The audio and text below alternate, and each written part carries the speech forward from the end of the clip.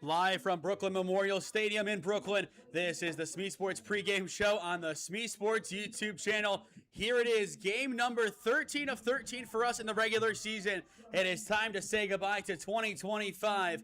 But first, it is the game to end all games. The Parma Holy War as the Holy Name Green Wave takes on the Padua Franciscan Bruins. I am Nathan Smee, alongside me, Ragazzo, who is calling tonight's game with me. Then to my right, SmeeSports intern Jack Smith. Glad to have you back with us. You started the year with us at Padua, and you end the year with us here at Brooklyn. Glad to have you back. Great to be here, Nathan.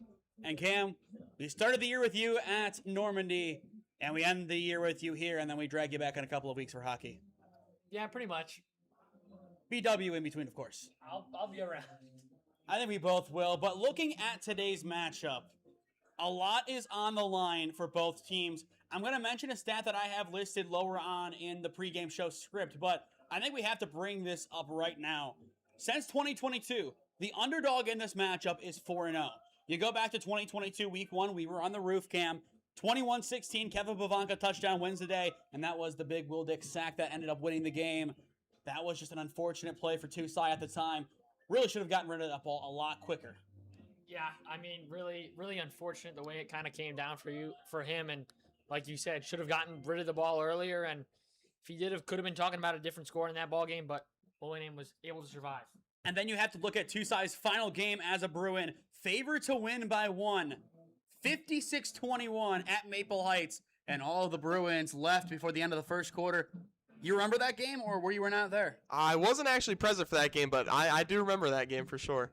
A cold day at Maple Heights. Holy Name made it to the Final Four, bowing out to state champion Canfield in 2022. Then 2023 rolls around. The Namers projected to do great things once again. But enter Kevin Kubit, at the time the first-year head coach, goes on the road to North Royalton. You're pointing at the sky after that one. I think we all saw that great picture by the student section afterwards. He got his first career win against Holy Name, and his first career win as the head coach at the same time. A great win at Royalton back in 2023. Yeah, that was a fantastic game. I mean, I was a sophomore that year. It was a great way to start the season on the road for sure.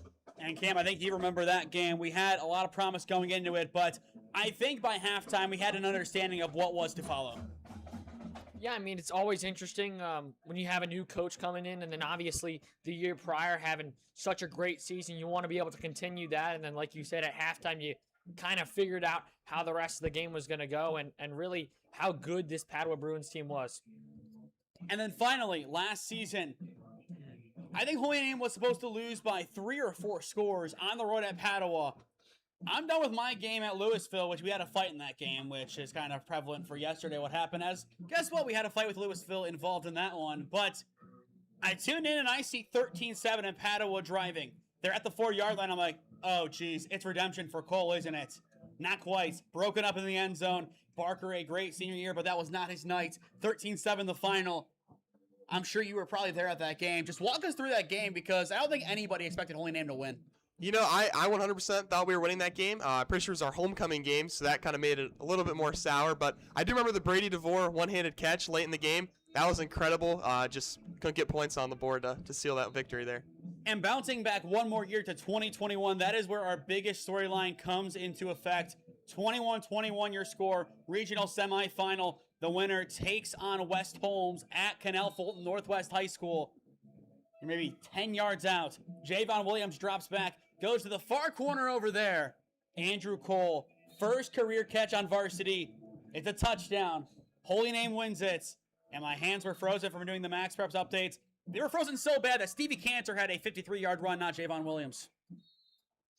I remember it like yesterday. I was over in that far stands over there. We were all really anticipating it, kind of all held our breaths as the ball was thrown to the corner of the end zone. And Cole caught it. Seen the picture multiple times this week leading up to this game. I mean, what a great catch. And my question is, did you ever have a week at Holy Name where you did not see that picture by our senior year? Because I saw it everywhere. Pretty much no. But one positive from that game was the breakout of Roderick Love. He really replaced Marquise in that game. That was the start of a great career for Roderick Love, now at Ohio Dominican. But let's talk about the teams this year, as this is the focus. The past is the past, and both coaches will tell you that exactly. 35-14 Holy Name lost last week at Lake Catholic. It was a tough one.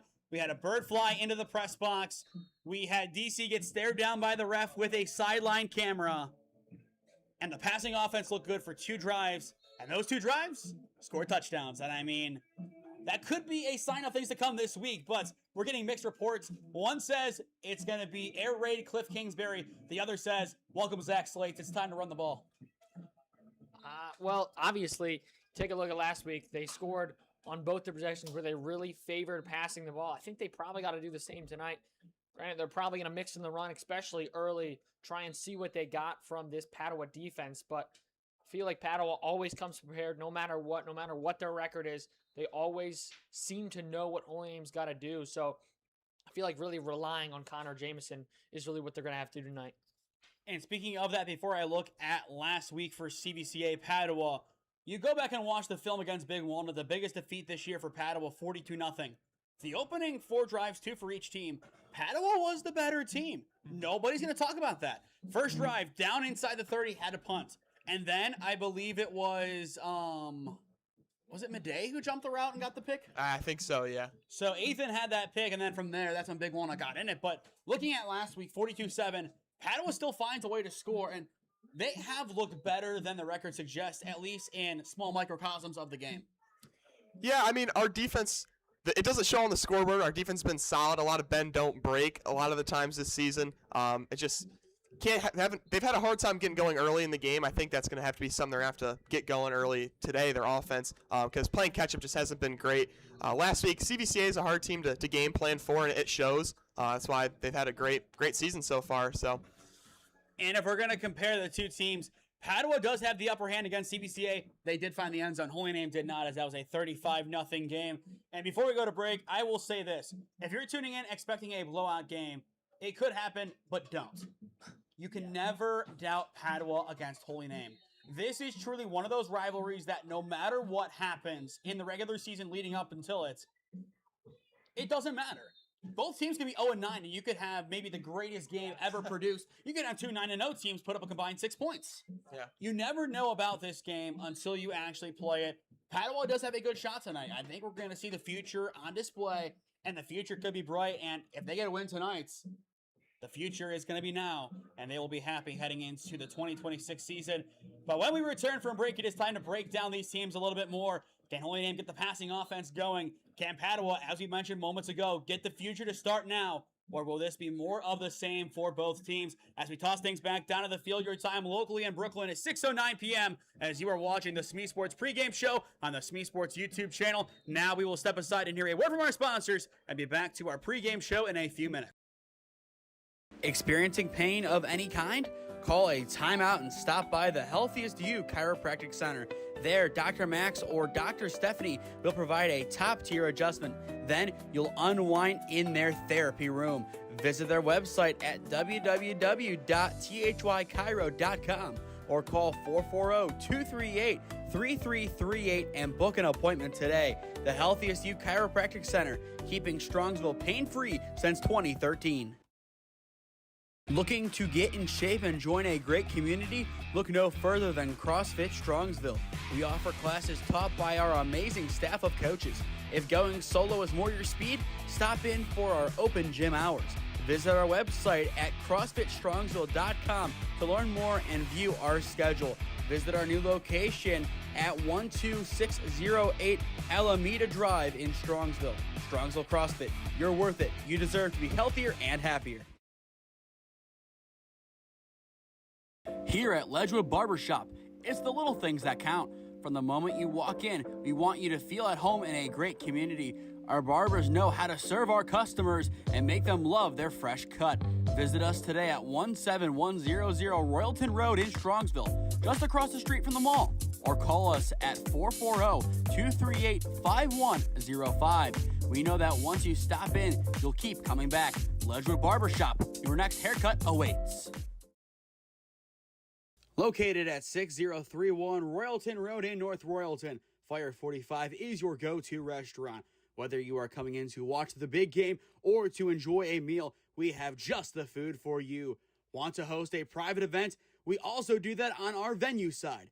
From a 20-person birthday party to a 150-person wedding, we got you covered. Check out our website at www.fire45cleveland.com. Fantastic foods, handhelds, pizza, Fire 45. Come taste what we have cooking.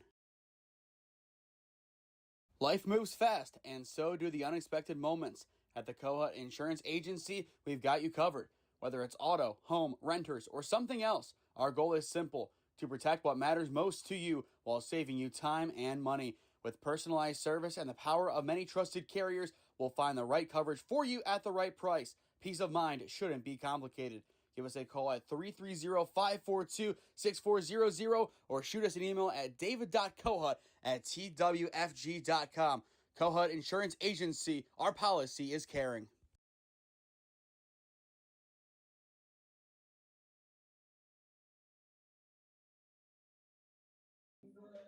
Well, welcome back to Brooklyn Memorial Stadium as you are watching the SmeeSports Pregame Show on the SmeeSports YouTube channel. Once again, I am Nathan Smee. Cam Ragazzo to my left, Jack Speth to my right. This is our last segment with you as you want to go and join the students, as I don't know why you'd want to do that. Obviously, we know why, but still, glad to have you with us. So we're going to start with Padua as a little treat. Usually we go the other way around, with the Bruins mathematically eliminated from playoff contention as of now. But the only focus is tonight. But did you get that feeling inside the school today, or did it feel like it did in years past where Padua was competing for a potential state title? I mean, tonight, earlier today, I mean, it felt like, you know, they're playing for a state title. All the guys have been excited all week. They've told me the past couple weeks that they've had this game circled all season, as you would. It's a rivalry game. So, you know, it's been great energy all week, great energy throughout the building today. So I think they're going to come out strong, come out excited. And going off of that, a couple of seniors not able to play their final game today due to injury. The big one, Landon Hanover. He was truly the offense when he was healthy. You also had Gillespie out for the season. I believe you said collarbone against Lake Catholic. Yeah. But that gives us room to see the future of Padua football. Colin Graylis, he is the starting quarterback tonight. But let's talk about a potential running back, a freshman. Who is he, and what should we expect from him if he does get the rock? I've heard great things about him. He's a freshman, Max. I've heard from some reports saying that he should have been starting all year, that he should have been on this varsity team getting snaps all season. I definitely say put him out there tonight. Can't really lose anything. Just look what you have for the future. It's not going to hurt. You're 1-8. I mean, might as well just go for it. And now looking at the seniors that are playing, Brady DeVore, a program legend. You have Ethan Madej. He has been great over the past couple of years. You have Bo Barney. You have Haddad on the line. What does this game mean to them as they have a unique opportunity to be one of the few senior groups who actually win their final ever game of football at the high school level? They're very excited. They're pumped up. I've been with them today. I've had class with them. I've been talking to them, asked them what it's going to be like tonight. They're pumped. They're excited. They're really hoping to get a win. They're pretty confident for the most part, as they should be. You know, it's a rivalry game. So I expect nothing but the best from them going forward tonight. And then finally, from a scheming standpoint, from what you have seen from week one until now, what do you think Padua has to do to get a win tonight, as they are 12-point underdogs? But as we've seen over the years, you can never underestimate a Kevin Kubit team. They're going to have to get going early. The problem all season has been they're going 3 and out on their first drive. It's going to be, can you establish yourself early, get some points on the board, and not have to play from behind all game. When they've had to play from behind, especially these last 4 weeks, it's been tough. They haven't been able to establish themselves. So being able to find that on defense, it's, like I said earlier, bend, don't break mentality. So just going to be able to stay strong on defense. On offense, it's going to have to be finding the right play calls as well. That's been an issue all season. It's kind of brought us out of some games, so it's just going to be, can we find that right rhythm to get the offense into, especially for Colin, this being his first ever start against Holy Name. It's a big game to come into as your second start. And then, Cam, I'll give it to you before we talk about the Holy Name Green Wave. You saw Padua week one with me against Alliance, a 25-3 loss. Based on what we saw then, what does the game plan have to be? And I know you played soccer, so we're going to talk about him. How does Caleb Zolkowski, the kicker, figure in tonight?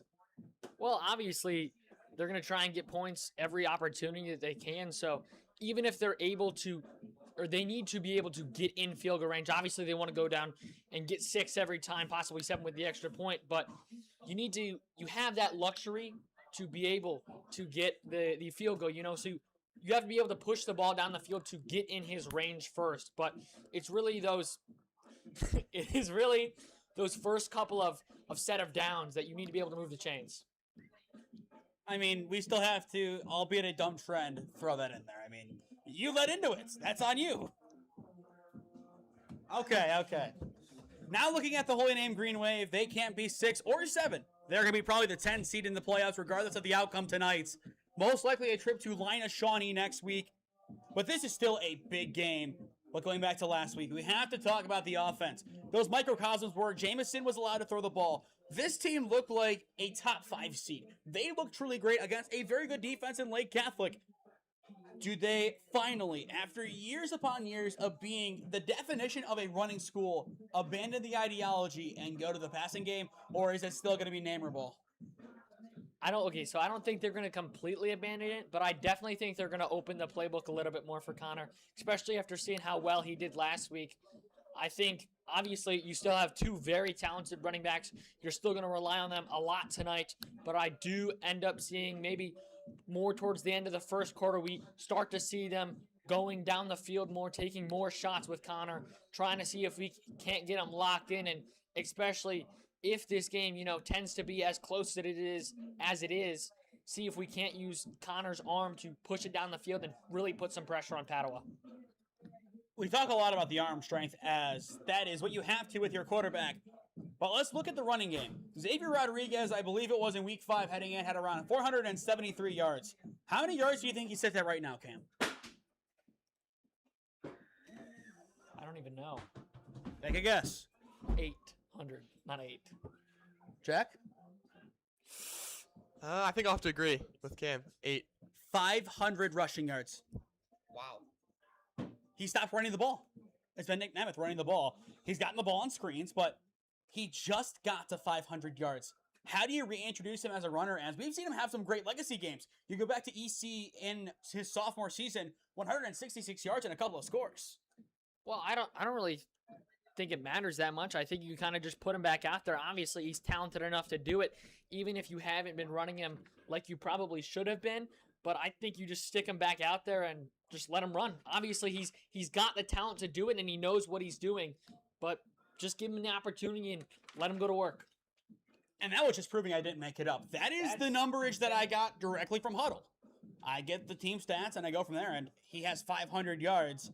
And then finally, outside of any individual player, this group needs a win for momentum in the playoffs. If they don't win tonight, their momentum going into the playoffs is going to be non-existent. You would have lost your final, what would that be, 2 games against Lake Catholic and Padua.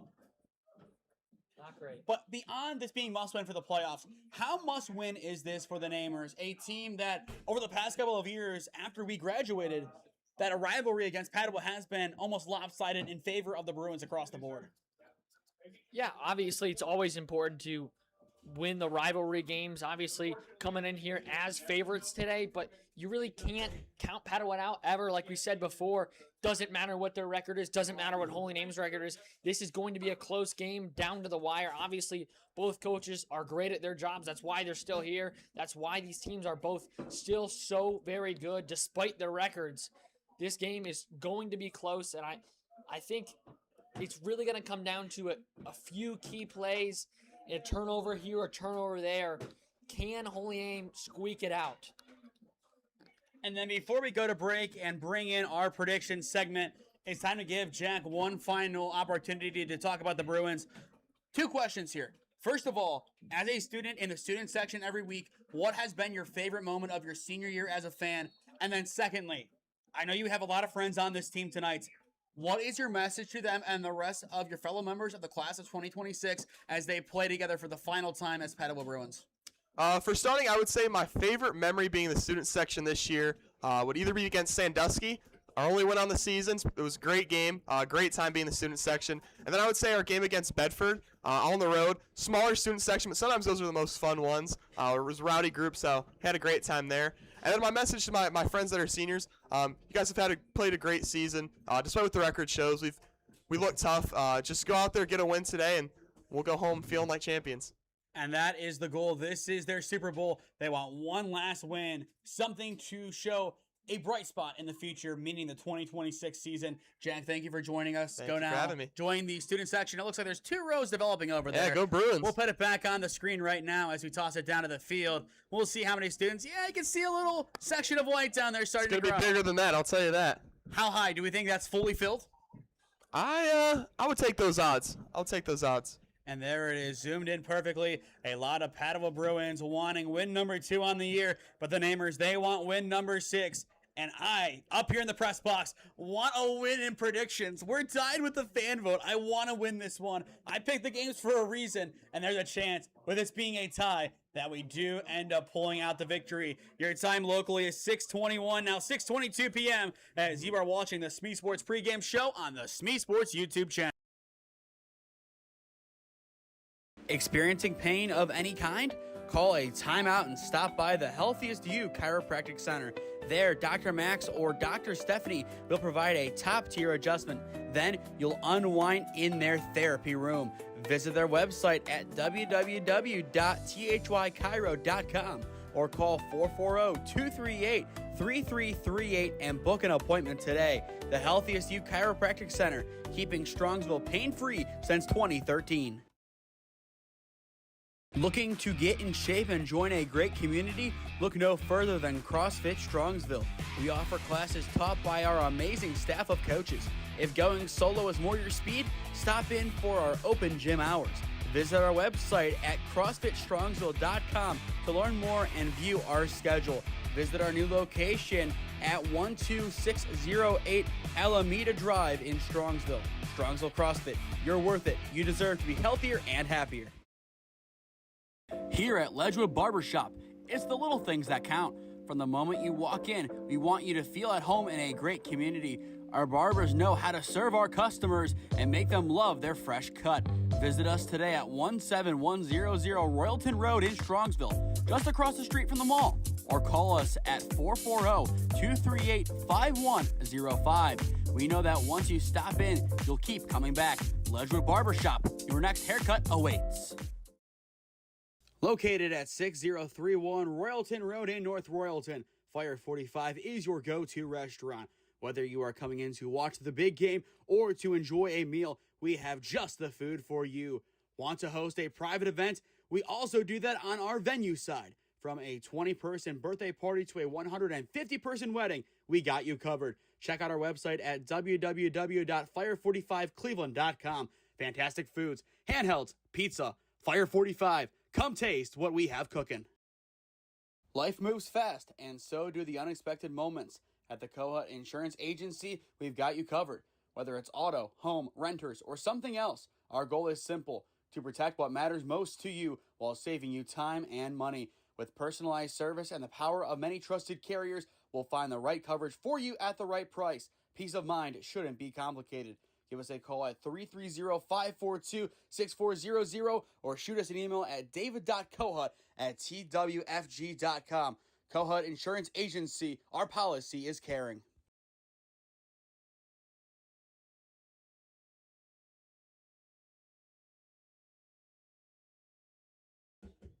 Welcome back to Brooklyn Memorial Stadium as you are watching the SmeeSports Pregame Show on the SmeeSports YouTube channel.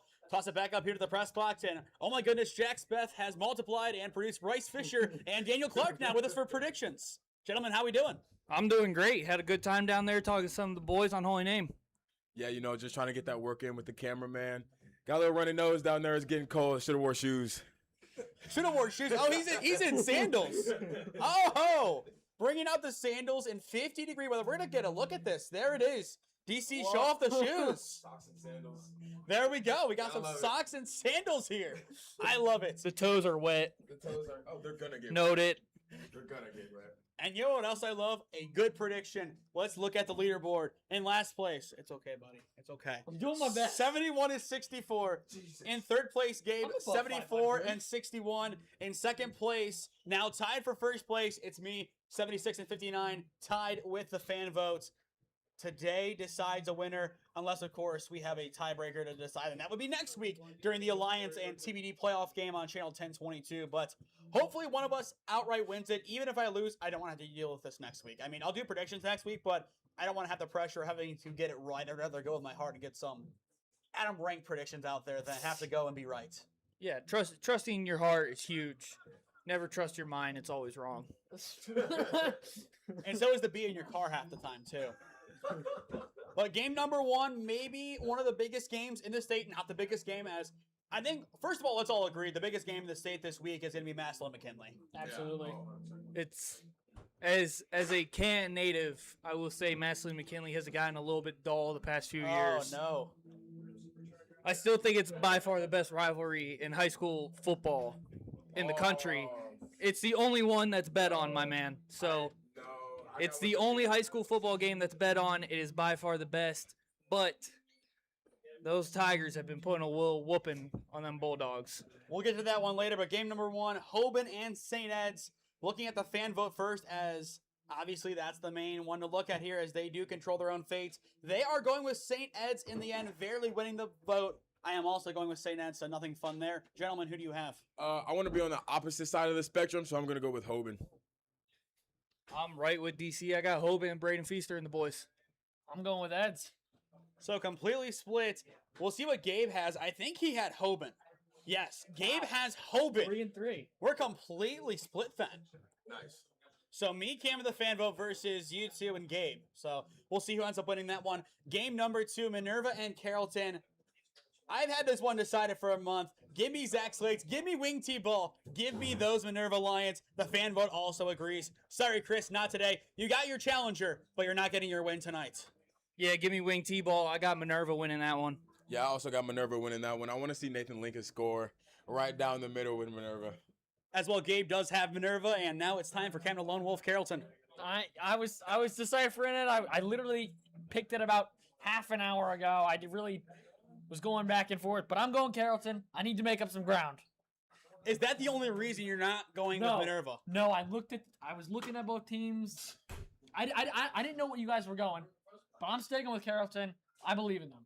Game number 3, Whitmer and Perrysburg. Shout out Northwest Ohio in that one. The fan vote is going with Perrysburg. So am I. And the only reason why I am going with Perrysburg, Whitmer's lost last week to Clay. 28-point favorites, and to lose to them. That's too big to overcome this week against a very good Perrysburg squad. I picked Perrysburg for the sole reason as I saw an Instagram reel talking about how they have the loudest student section in Ohio. I saw that too. So I'm going with them in that one. Yeah, I also have Perryburg for that one. I'm going Perrysburg. Sorry, Jamie Small.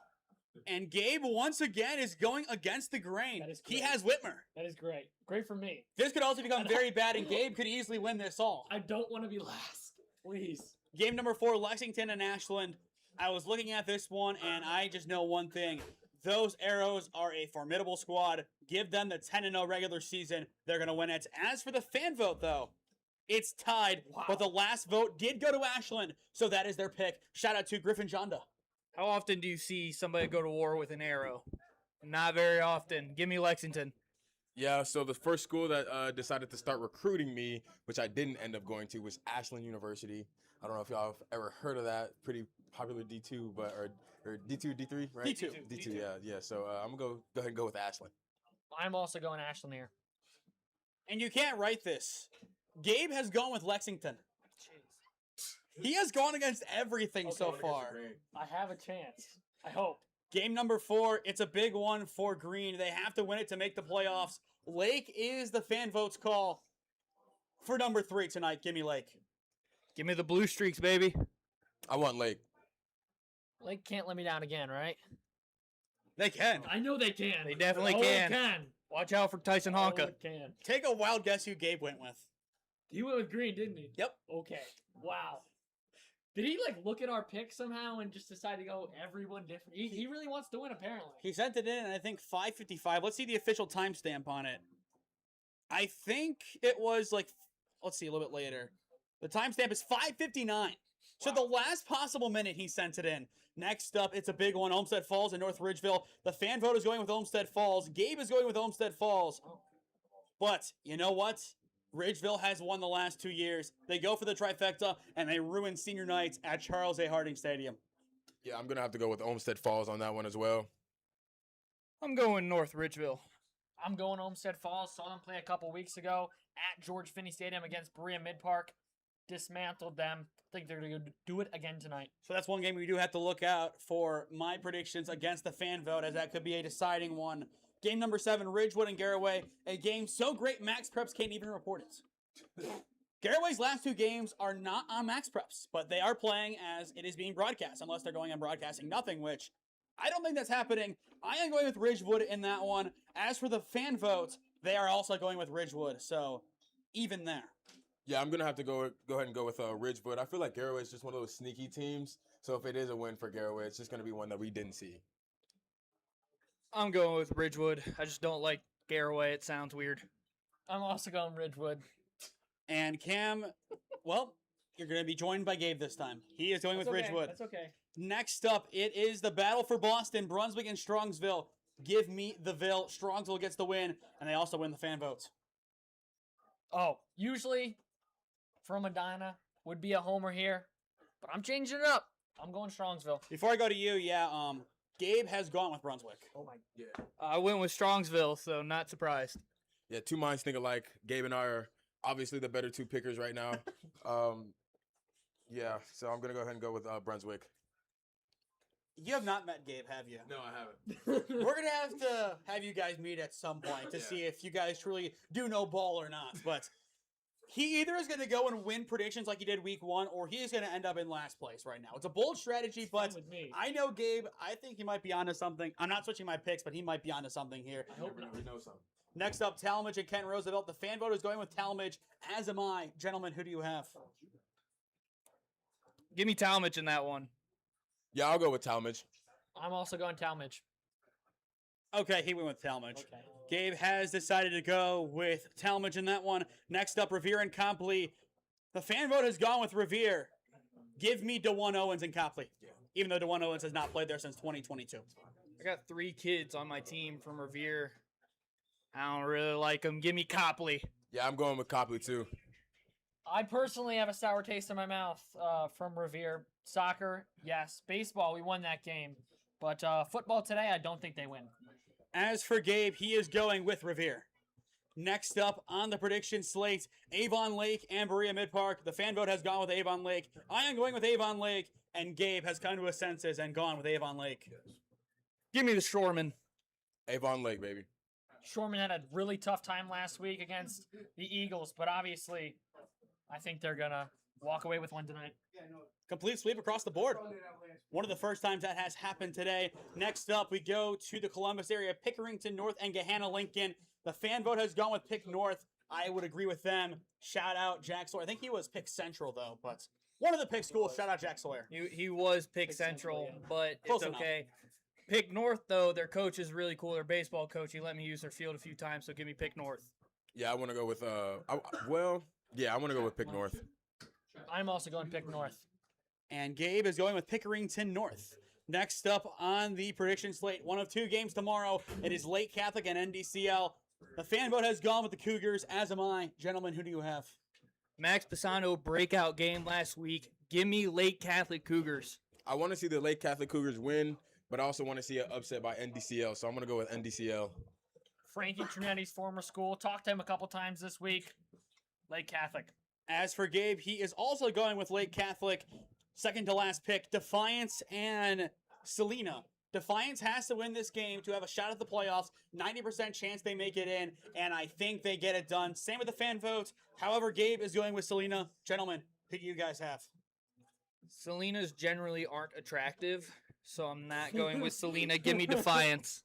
So there's a place near my hometown in Texas called Salina.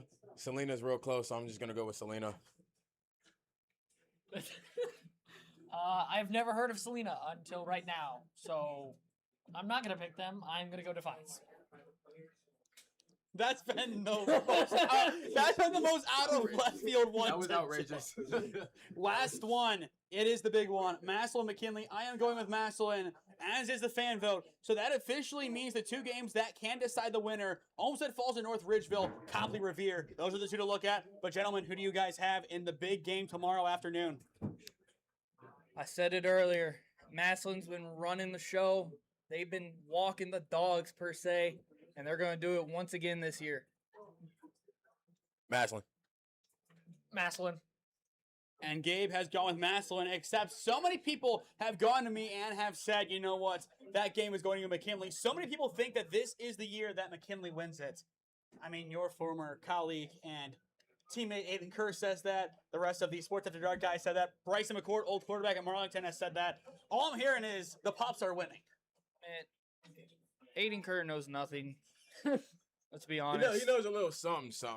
He knows about losing. Yeah, with the Glen Oak. he doesn't know much. He knows about as much as my cat. My cat's pretty dumb. All right, now let's look at some keys to victory today. Cam, I'm going to give you Holy Name. You two, combine something for Padua, and we'll see where you guys are at. Cam, you go first, though. So we talked about it a little bit earlier in the segment earlier. They need to be able to pass the ball. Worked really well last week in those 2 drives. They were able to get touchdowns off it. They need to open up the playbook. They need to open up the passing game for Connor Jameson. They are probably going to try and start to get the running going early. Are they going to run with X? They probably should, in my opinion. But if they don't, they definitely need to get the passing game going. I think this game is going to come down to the wire, and it's going to rely on a couple key passes from Jameson's arm. I've got 2 big keys for the Padua Franciscan defense. Their Mike and Will backers have to be very active with their eyes. We were talking about it last week, how Holy Name needs to be active over the middle with their passing game, working in the seams, trying to get those wide receivers moving. I think that stays true today. And then they need to hit J-Mo early. Get him nervous, get his blood flowing, make him uncomfortable really early in this game. Yeah, so I think Holy Name struggles with the blitz defense. Anytime you have a lot of linebackers crushing down to the line and just being able to penetrate through the offensive line, Holy Name would struggle with that. So if Padua is able to come out and play fearless on defense, fearless on offense, and kind of just run the game up front at the start, then I think they're gonna win. All right, gentlemen, let's close out the pregame show with a fun one here. This is game number 13 for football on the SmeeSports YouTube channel this fall. You guys have done a lot of games with me in the Stark County area. Cam, you've done pretty much all, and I think only Holy Name and one Padua football game this year. But what has been your favorite memory of this fall? I'm going to have Cam start. I'll then take it over from there. And then you two, you guys will end it off because we know something outrageous is going to come out of your guys' mouths. I don't got anything. You go. I'm going now. I got to think. Yeah, you might as well go. Oh, well, why don't you go last? I'll go first. All right. I'll go first. Overruled on my own show. Hey, sometimes you got to make an executive decision. You know, so I think one of my favorite moments, my first favorite moment had to be last weekend where a bird flew into the press box and we ended up naming it J-Rod when J-Rod wasn't here. So I feel like that was a really good moment for all of us. And, you know, J-Rod just flew away after a few seconds. It's like he didn't even like us anymore. My second favorite moment was actually in the West Branch game when I was able to see Gavin Gregory score so many times. And I just like that entire game. I think that was a really good game. Yeah, my favorite game was Minerva West Branch. That game was awesome just because West Branch lit up the scoreboard, and JT is just a freak on the football field. My favorite memory outside of that, though, I'd probably have to agree with the bird or just watching us struggle all together to clean up after the games and bickering. Also, honorable mention, DC going off about Chick-fil-A for 10 minutes at the end of a broadcast was also pretty funny. Cam, it's on to you. I think my favorite game was first game of the season for Holy Name at Byers Field against Normandy. I mean, the way the defense showed up in that game was absolutely electric. Really got them off started to a great year. I think my favorite moment, I don't know if I have one particular favorite moment. I just think my favorite moment is, you know, showing up here every week with you guys, you know, being here and, you know, being able to talk to you guys. And Is that a tear? yeah, it is, man. I'm going to miss it. But don't worry, we got some more great sports coming up in this winter season. And I'll have you guys next week for the Alliance pregame show, which will be a great game. Whoever they play, most likely Benedictine. I got a couple of fun moments here to look at. Number one, DC at halftime at any Minerva game. This dude turns into the band director. He does the perfect 1, 2, 3, 4. He does the perfect thing of it every single time. He would do that directing, and it was great. Number two, DC's complete conversion to Minerva fandom. The moment he stepped on Minerva High School's campus, he was a red true and through. It's his favorite color. He did the push-ups there. I think he also has a scarf, too. Yeah, line scarf. Yeah, nice. He got it from me. Some random coach gave it to me after the game. Don't let him lie. You know what? Anything that is given out to somebody for free should also be given to another person as a gift. So almost like an exchange of freedom. Pause. And then the bird. That was a fun one last week. I really enjoyed just having the random bird fly through the press box. That was so unexpected. And then I think finally, a moment that is unsung. Just the banter in the press box at Marlington a couple of weeks ago. It was Bryce's birthday. We gave him the camera as a gift. Your facial reactions, the 6-7 call out there when I call you off guard, counting down from 10 instead of 7-6 to 6-7. It was hilarious. It was great. You lost it, and that made it even better. I have another moment that I would like to talk about is when Cooper Fontaine was up here. Oh, no. And he was with us. I know where and this is going. He called out Smee for passing the ball back onto the field. This is during a soccer game, passing the ball back onto the field. And Cooper on live said, yeah, good assist right there, Smee. And me and Bryce were just sitting in the press box, just dying because of how Cooper said it. So that's another good moment that we've had. Playoff game as well. Playoff game as well. Any other moments we want to talk about, or is that enough tomfoolery for now? There's got to be one. I think that's enough oddball moments for the moment.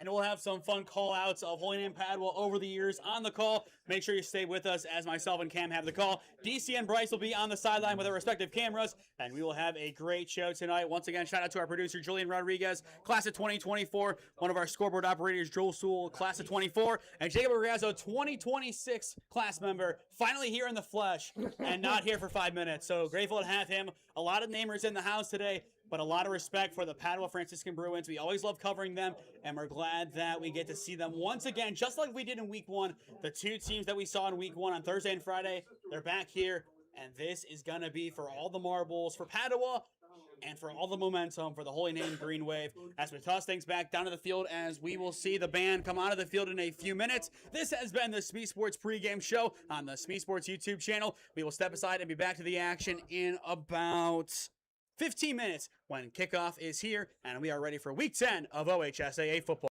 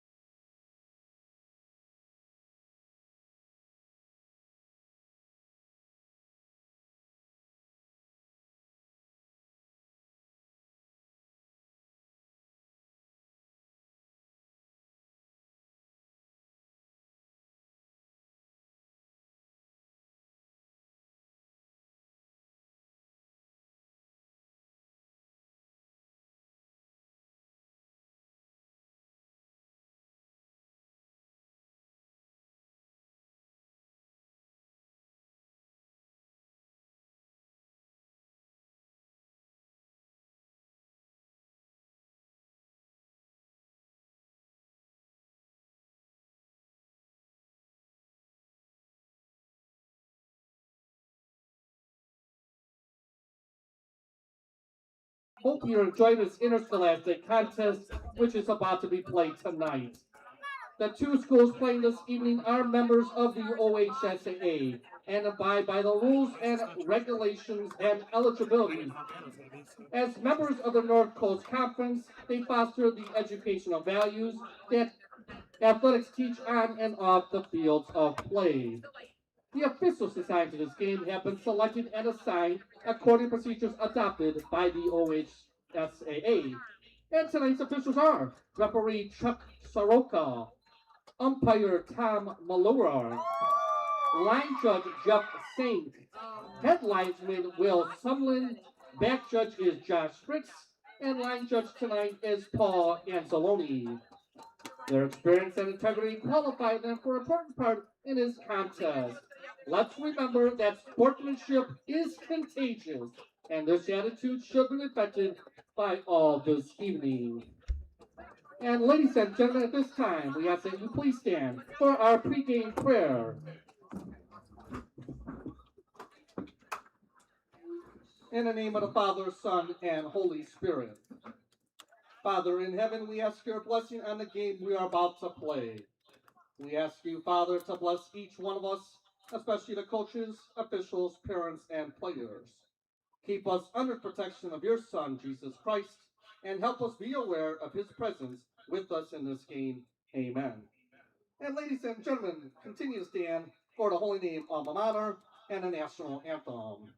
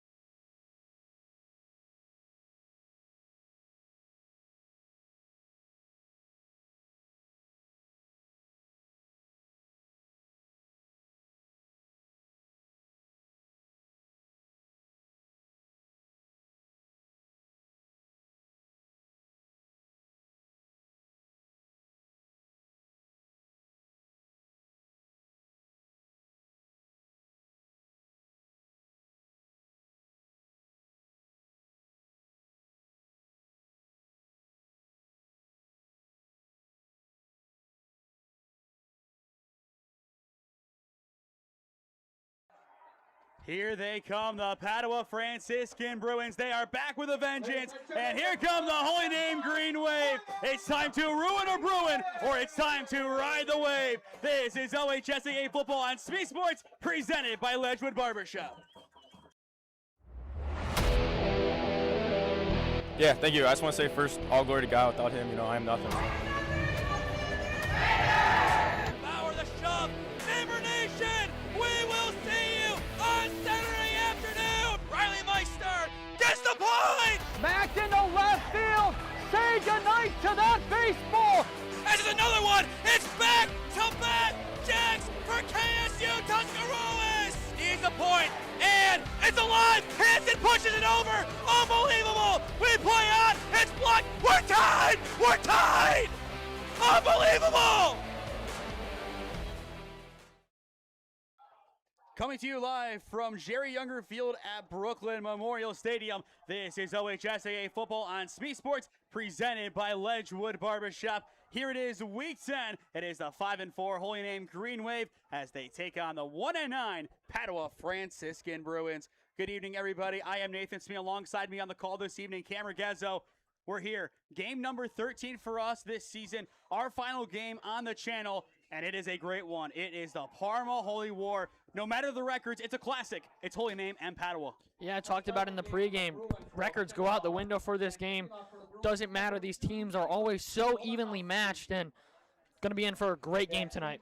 We talked about him in pregame. Here he is to get us underway. It is the 5'11", 160-pounder Caleb Zolkowski, a very good kicker for the Padua Bruins over the past couple of seasons. And here he is in his final game. Back deep, it is Xavier Rodriguez for the Namers, looking for a statement game after a couple of struggles over the second half of the season.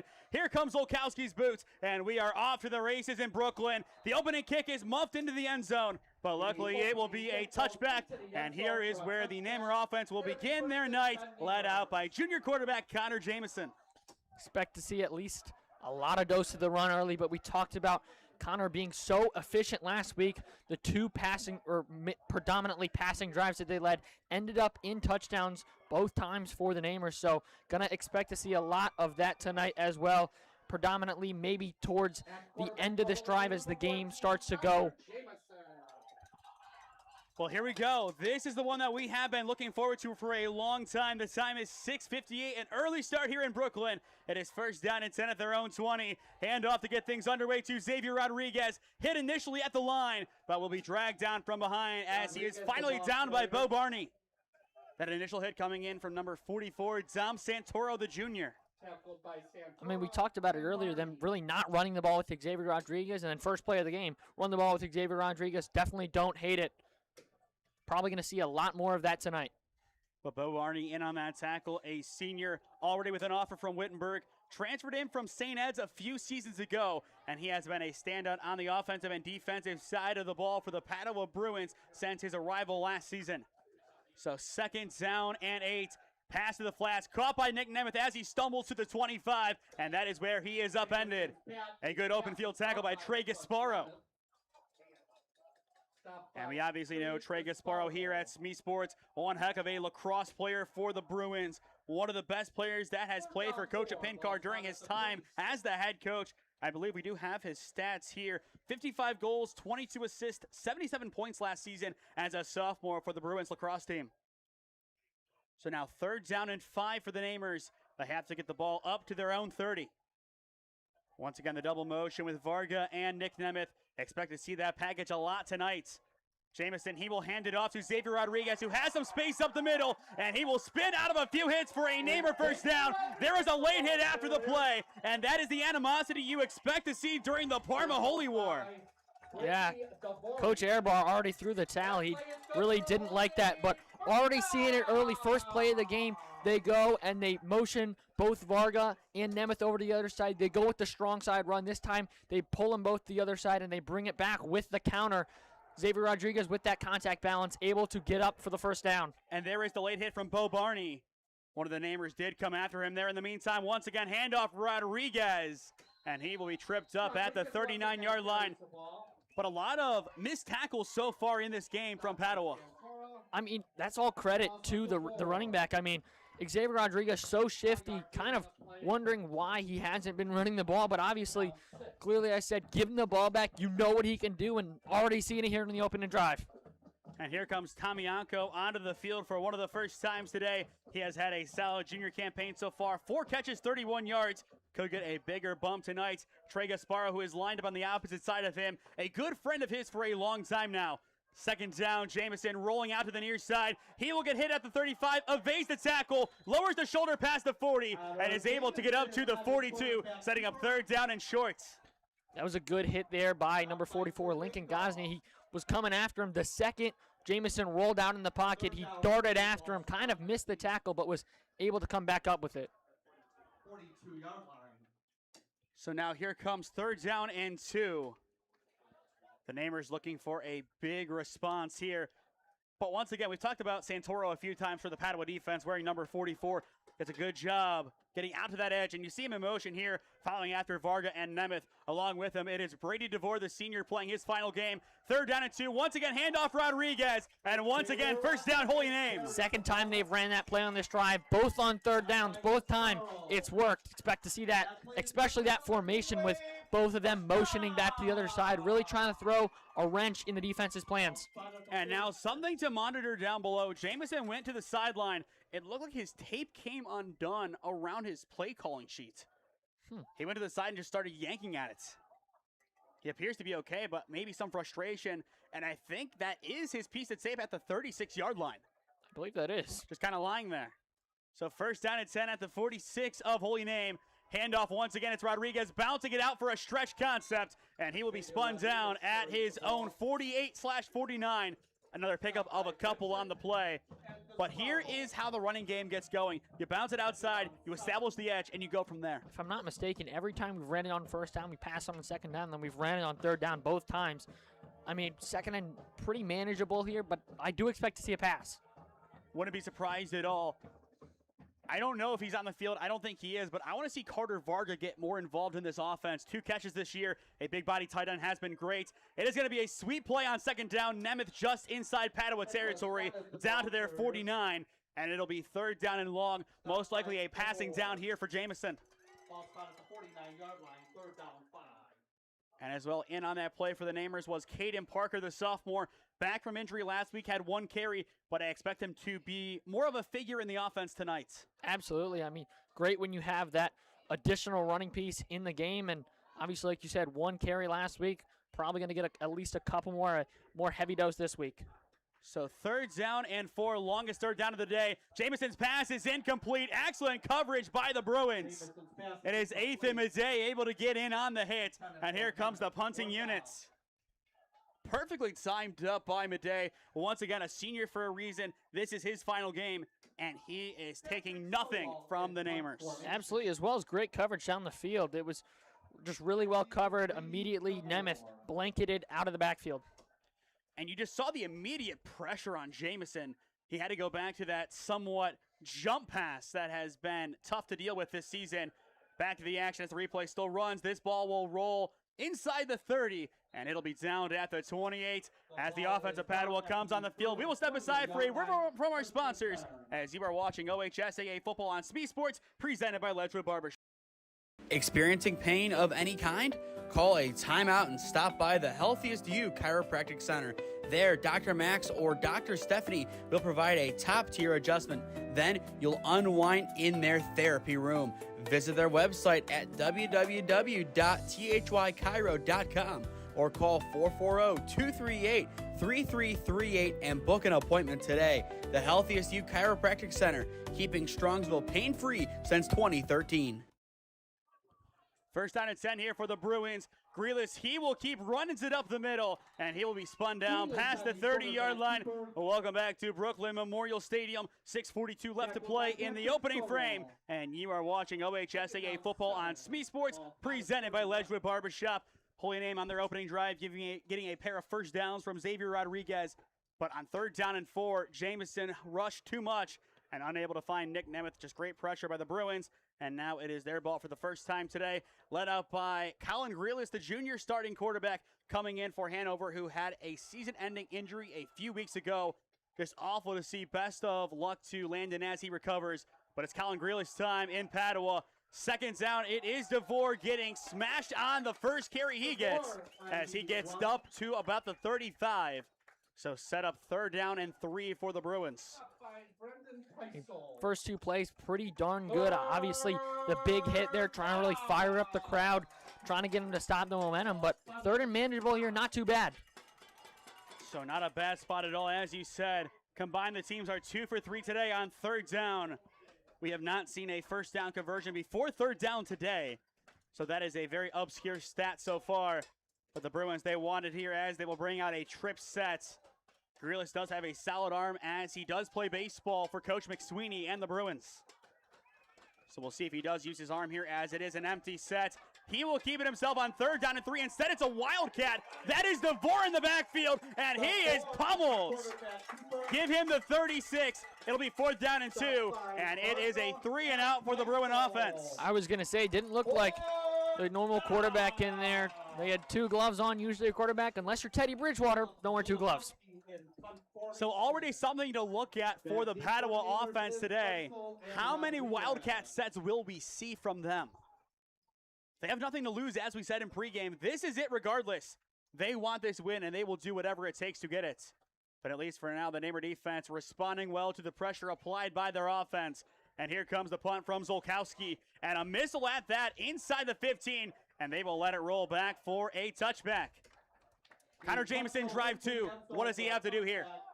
I think they got to open the passing play up more. Obviously, some pretty good runs, but it's really been the legs of Xavier Rodriguez that have helped that. A lot of broken tackles early, running through a lot of arm tackles, but with that, you're able to develop the play action.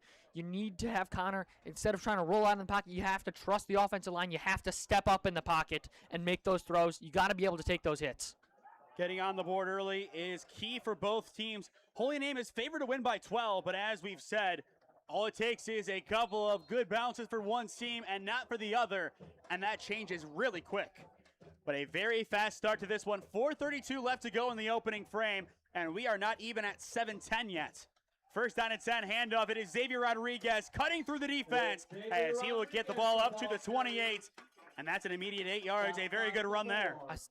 I'm thinking back to pregame when we were talking about like how many yards we thought Xavier Rodriguez would have, and I'm just so curious as to why he really stopped running the ball. I mean, coming into today, only 500 yards on the ground, but already making a huge impact on this offense. I mean, he did miss one game in there, That but is true. I don't feel like one game should be enough to really determine that. I think he had 17 last week against Lake Catholic. Then don't get me wrong, Nick Nemeth, also a great runner, but to have the tandem duo in there is so deadly. So 2nd down and 2, Jameson, he will throw plenty of time. Pass is caught by Esel Gonzalez on the near side. He is in Padua territory, and he will be spun down inside the 40 at the 36. The first big play of the day is a Holy Name 1st down. JMO didn't panic, had a ton of time, left Nemec in to block just in case if they needed it. Didn't bring the blitz. Esel able to sit back, find the open spot. Connor, a good throw, right on the money. Great throw right there. And good catch by Gonzalez. Had to go low. And a good job evading Reed Cervenka's tackle for as long as he did. It was an arm battle between the 2 sophomores that I'm sure will battle it out on the basketball court in a few months as well. 4th time we've seen this set today. 1st down and 10, and the first time a 1st down came, not on 3rd down today. Handoff again for the Namers. And Rodriguez is able to get down to the 34. So give him 2 on the play.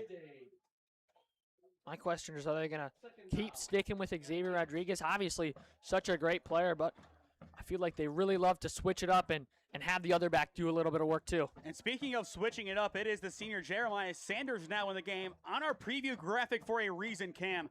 You give him a screen, you get him open space. Look out. This is a great time for a screen, going completely empty here. And I think based on that motion, he could be doing that. Rodriguez sent in motion. He will get the handoff on 2nd down.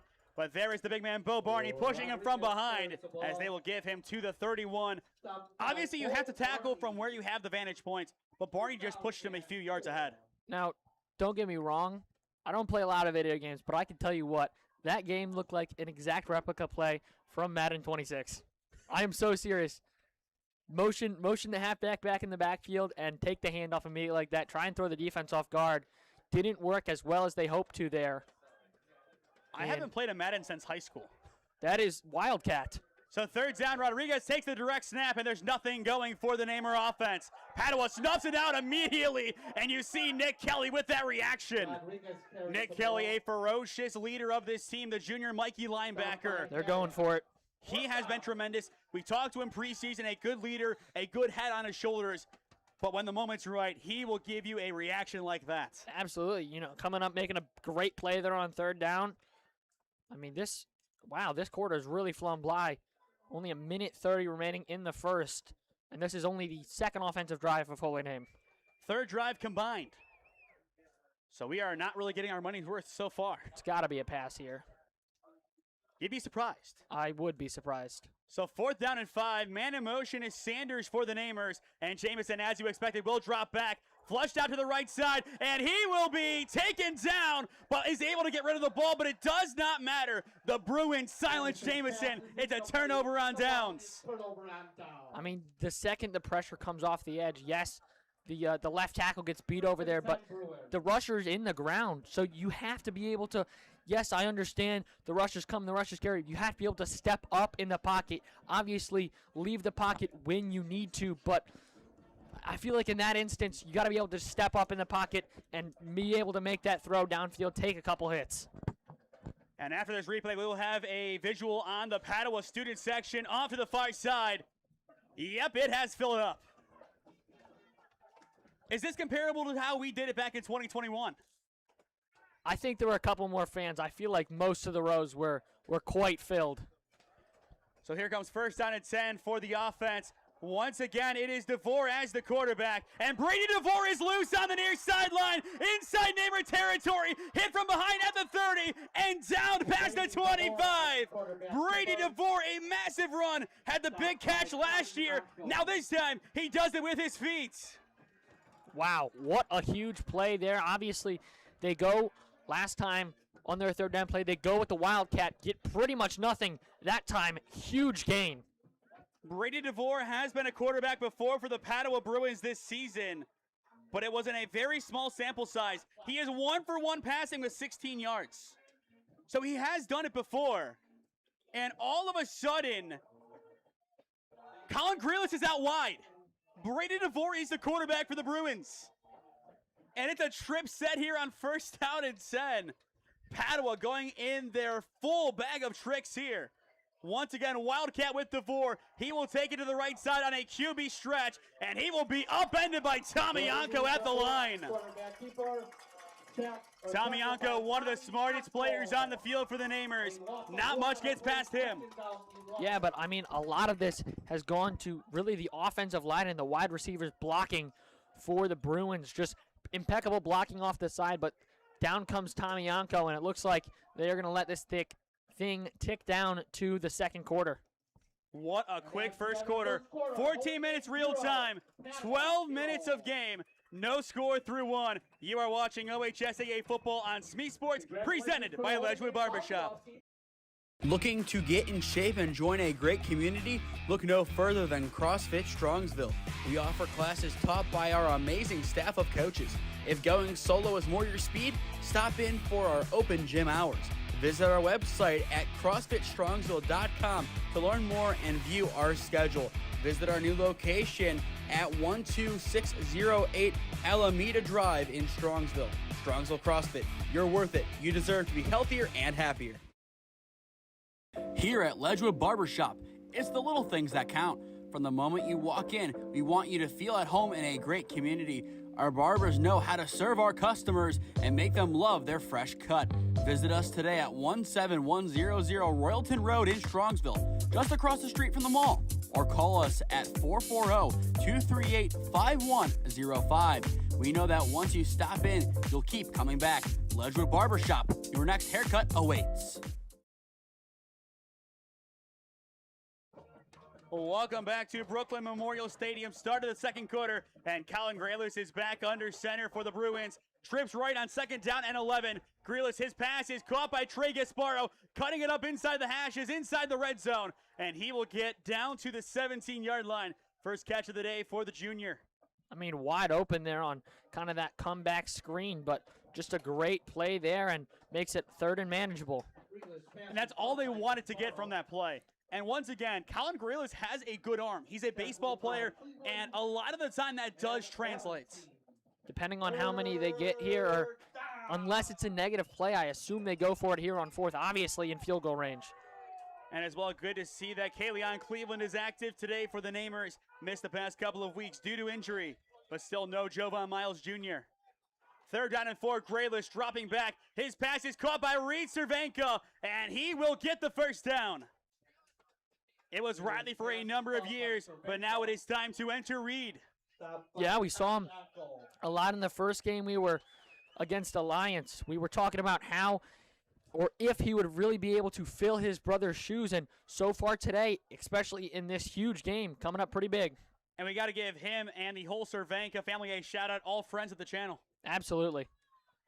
So it'll be a fresh set of downs. 1st down and 10 at the 13. The best part about this, you don't need to get in the end zone in the next 4 plays. You have a fresh set of downs at the 3. Exactly. They're going to try and tick as much clock as possible. Well, actually, clock really doesn't matter here. They're just trying and get in the end zone. But they do want to slow down the tempo of this game. I wouldn't blame them if they did that at all. So 1st down and 10, handoff, and he is obliterated but still able to get out of it. But a big loss on the play for the Bruins, as that is the freshman getting the carry. Karasek. And again, first person in the backfield, guess who? Number 55, Jeffrey Bird, all over the field. But Max Karasek was the guy we talked about pregame, the freshman. Some might say should have been the starter from day 1 for the Bruins. That time, it's blown up in the backfield. But the fact that he didn't lose 5 yards on the play, only 3, says a lot about his character and just his grit. And that is an intangible skill that not many guys have, especially on a 1-8 roster. Grealis on 2nd down. He will shoot for the end zone, but well undershoots his target. He was blocking over there. He wasn't even paying attention to the football. Little bit of miscommunication over on that side between him and Reed Cervenka. And looking on the Padua sideline, that is Caleb Zolkowski warming up for a potential field goal. You got to take sure points here. Absolutely. And I wouldn't be surprised if they do that here, and this could even be the hash game. Especially if it stays here 3rd and 13. I mean, I say if they get 10, they probably go, but it'll be tough. 9:42 left to play in the opening half. No score. Padua trying to change that here with a double set on 3rd down and 13.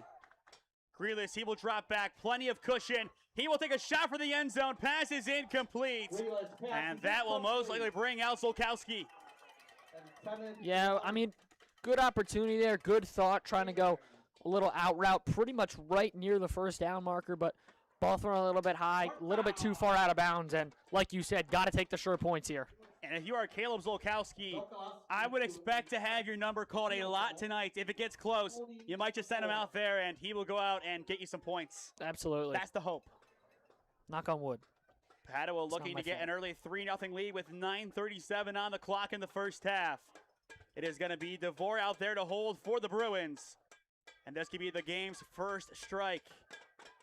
Zolkowski's kick is up, and that one, of course, is good. There wasn't a doubt with Caleb Zolkowski there. There really wasn't. He hit from 41 earlier on this season against the Alliance Aviators. He has one of the best legs in the Cleveland area. Even Cleveland.com gave him his flowers for that. And we will watch it back on the replay as Padua strikes first in the Parma Holy War. Cam, are you surprised that they did get the opening points? I kind of am, but, I mean, really this Padua defense has really done a great job tonight, especially coming up big on 3rd downs, at least at forcing Holy Name to get to 3rd downs. Obviously, on the first drive, Holy Name converted twice on 3rd down, but unable to do it the 3rd time, and then able to stop them there on their 2nd drive. But really the big play of that drive, besides actually getting the points, was the Brady DeVore 45-yard run from the Wildcat. And I think we will see that package a lot more. Unfortunately, this is his last game, so we won't see it next year. If this game does get out of hand at any point, it's just going to be Grealis out there and the rest of the offense for 2026. You got to give them a shot to get acclimated, as Zolkowski will boot this one away. And that is out the back of the end zone for a touchback. I'll tell you what, Mount Union, we are losing Yvonne Merrick. Give me Caleb Zolkowski. That is very true. I mean, Zolkowski's leg, as we said, one of the best. I think that is going to be the first of many kicks. This could be one of those Youngway Koo legacy games, 6 field goals. I feel like the game script does provide an avenue for that. That is so true. But once again, for those just tuning in, you are watching OHSAA Football on SmeeSports, presented by Ledgewood Barbershop. He's Cam Ragazzo, and I am Nathan Smee on the call for you this evening. We also do have that title card added in to set the stage as well, give our names a slight bump on the actual visual end of things as well. So first down and 10 at the 20 for the Namers, and it'll be a handoff to get things underway. And Padua's defense able to get a big block. There is a flag as that pancake came from Antonio Haddad, one of the captains. I think, yeah, this one's going to go against Padua, though. It went on the far side of the field. Looked like it came from the back judge. I think they're saying personal foul. Either illegal hands. It might have been illegal hands to the face. And the Namers are very happy with that decision. They needed something like that here. That play was not going anywhere. You get the help from the call, and all of a sudden it is a fresh set of downs for the Holy Name Green Wave offense. I know Xavier has ran the ball well, but I think J-Mo, you give him a couple of extra passes here, he can really do some good damage. And they're going empty here. Do they do the same thing with trying to bring him back in the backfield? No. Doesn't matter. There's a flag, and I think that is going to be a false start. So Padua's gift is return to Toys R Us. More or less. I like going with that Christmas comparison. You get a gift. You get a gift that you really don't want. In the Namers' case, they do want it. You return it to the store, but he's doing it right in front of them. Very true, but still, you do gain at least 10 more yards, but now you're behind the sticks, 1st and 15. I mean, you never returned any of my gifts, I know, because I've never given you anything. Money? I can't return money. High five. So first down and 15 here at the 31 of the Namers. And they will send a man in motion behind the play. It is Sanders.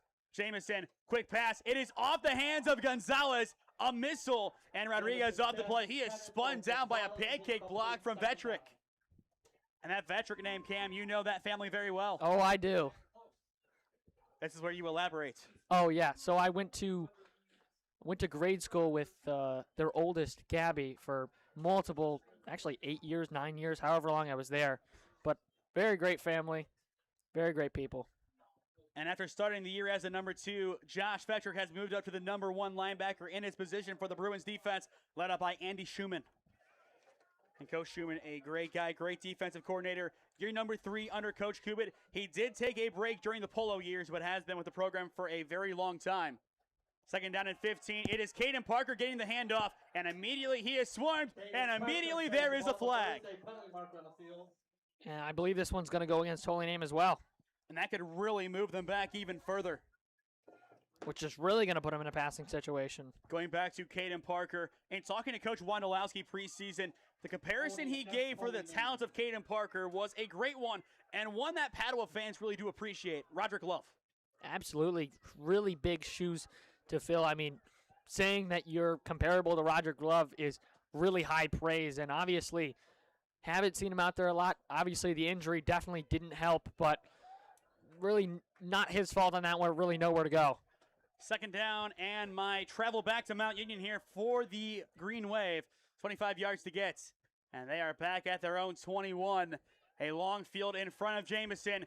He will pump, now steps up. There's a flag, most likely a hold. The pass, though, is caught in the meantime by Nick Nemeth inside Padua territory, and he will be spun down past the 45. Give him down to the 43. We will run the replay, but this one most likely will be coming back. It's going to be a hold. Jamison put his hands on his head, and he immediately knew it, too. Let's watch it back and see where the hold did come in. I believe as he climbed the pocket there. Somebody behind the play. I think that was the right guard.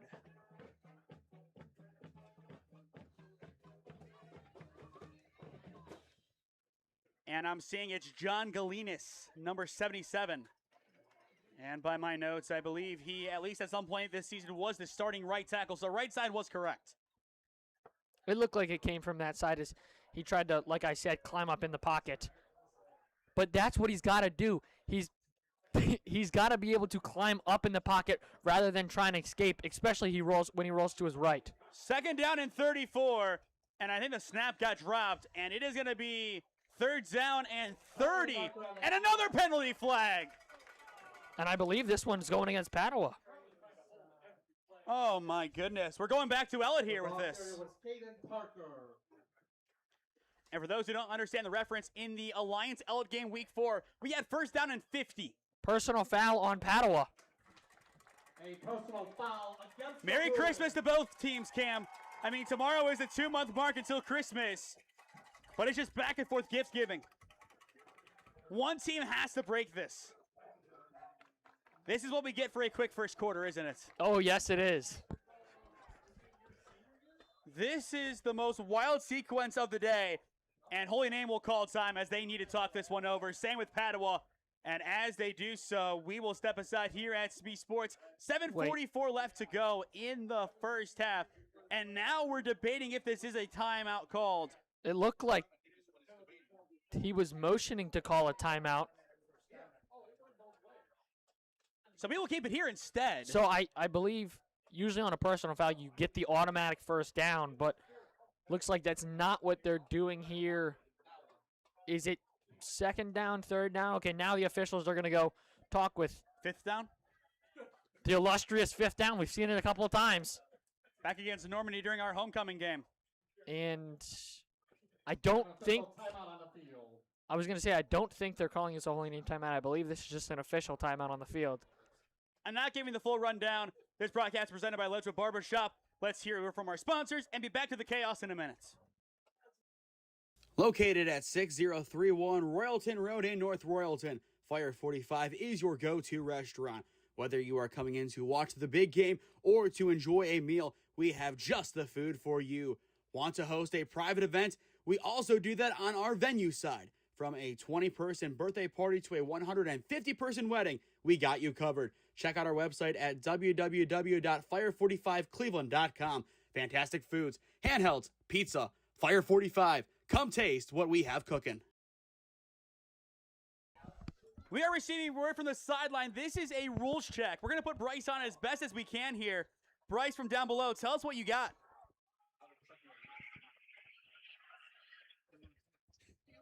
Bryce, you there? Sorry, I didn't realize I was live. Yes, you are. Holy Name's head coach is asking for a rules check. The officials thought he was calling for a timeout. He's saying that in high school football, any personal foul is qualified as an automatic first down. The officials are saying it is not. He called for an official rule check. That is what the stoppage is for. And who does the rule check here? Do you know? It should be the crew chief, but if he does not have a rule book on hand, he's supposed to talk to the site director and communicate amongst the head official. All right, thank you, Bryce, for the information down below. But very complicated there. Very. It looks like it is going to be third down here, though. Wow. So a big call going against the Namers after a call went in favor of the Namers. Here is third down and 16. Jamison dropping back, rolling out to the right side, has some time. He will take a shot up the field. His pass is incomplete. Very nearly picked off by Midday. And that'll bring out the punting unit once again. Surprised there's no penalty on that play. We did it. A clean play for the first time in 15 years, it feels like. I mean, I feel like we see something crazy every day. I mean, this week, we've seen Holy Name's reverse sweep. We saw a parent start the 6-7 thing, not a student. We saw a brawl last night at Marlington, and now this. Oh, geez, I'm scared for tomorrow's Mount games. What in the heck is going to happen against ONU? And here comes the punt from Pat Sewell. Fair caught by DeVore, and he will take it down inside his own 34-yard line. We will keep things here as you are watching OHSAA Football on SmeeSports, presented by Ledgewood Barbershop. Once again, he is Cam Ragazzo, and I am Nathan Smee on the call for you this evening. Cam, what do you make of the chaos? There is a lot going on, but really on that drive, multiple times, Padua's defense trying to help Holy Name. Holy Name really shooting themselves in the foot, getting them way behind the line of scrimmage. Exactly not where they want to be. They had that huge play wiped away by the offensive holding in the backfield. Really set them up big there, but obviously nothing going after the penalty. And as well, in real time, the second quarter has taken longer than the first quarter. And we have 7:29 to play in the half. So first down and 10 for the Bruins. Handoff here to the freshman running back. He has some space inside Holy Name territory, up to the 45, and now down inside the 44. A massive run for number 25, Karasek. Stop by Rodriguez. And I thought I heard faintly there, Cam, a whistle. I heard a little bit of something, and it looked like the namers kind of just sat back. We'll see it on the replay, I believe. I mean, it kind of felt like they paused for a second, but an excellent run by Karasik. Once again, the freshman, a very good season on the freshman and JV squad. There's a reason why he got called up for tonight, and that is his first big career varsity run. He will get it again on first down and 10, and he is just breaking through everybody down inside the 39. And Cam, dare I say it, just like it happened 4 years ago, a freshman runner from Padua breaking out and causing havoc to everybody around. Is this a repeat? I was going to say, it feels like deja vu. The only difference is Rod ripped off a 65-yarder to begin the game. Karasek has not done that. Still has time to, Yeah, though. I was going to say, not yet. Plenty of time left to go as we still have 6:20 on the clock in the first half. Second down and 5. Man in motion is Caban. Handoff Karasek. Plenty of space up the middle. It's another first down for the Padua Bruins. Karasek carries the ball. And all of a sudden, this team is starting to really look like the group of old. I mean, it really is. They rely heavily on the run, pass a couple of times here and there, but really, these underclassmen showing up big here in this rivalry game. If Holy Name does lose this game, they are still in the playoffs. It does look like 5-5. Even more so, you're thankful for that Madison game. Absolutely. Without it, this is a different game. Still a lot of time left in this one, though. So first down and 10. This could be Karasek once again.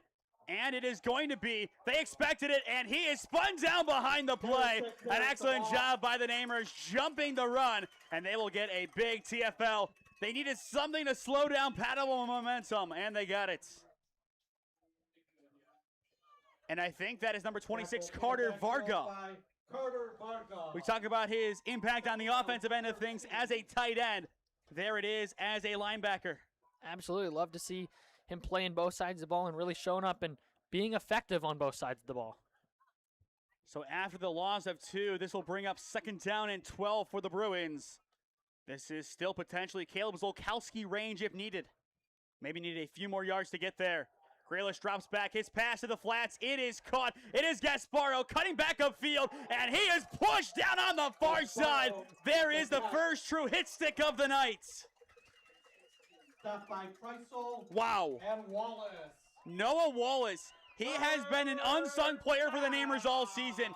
He has brought so much physicality, a welcomed addition. He really plays this game like class of 2023's Nick Kuchera.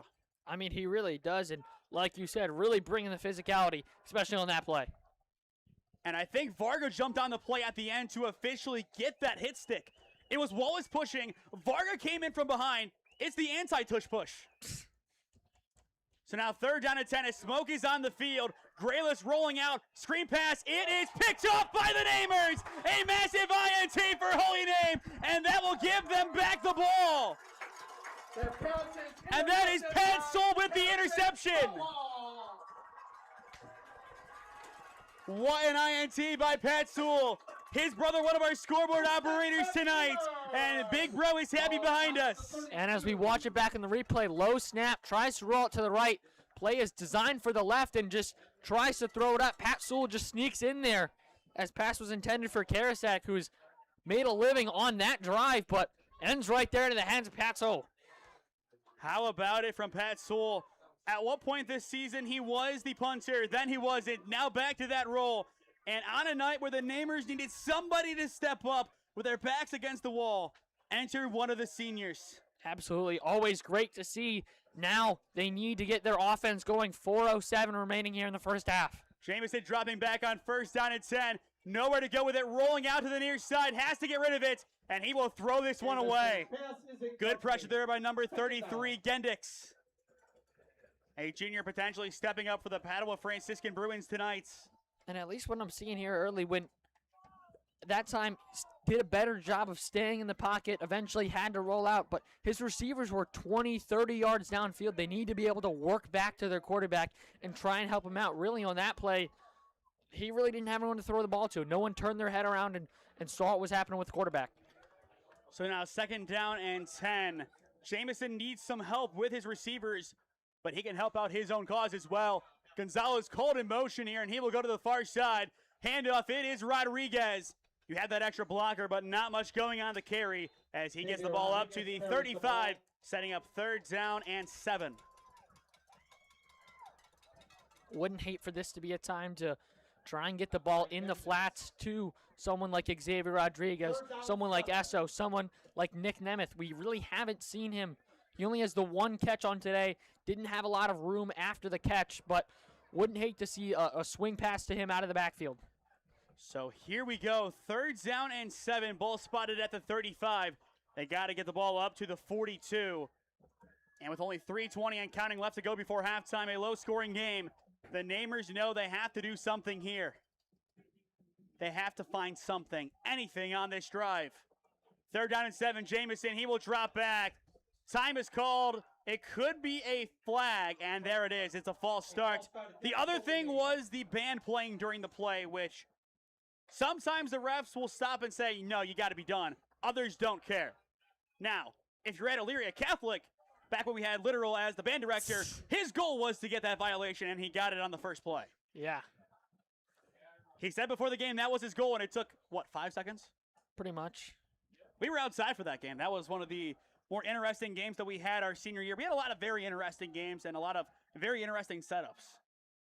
But I think that one just under the coaching box at the now renovated stadium. Impressive. And is that volleyball? Yes, it is. Baldwin Wallace has taken a set off of Marietta. Yeah, we have. Wow.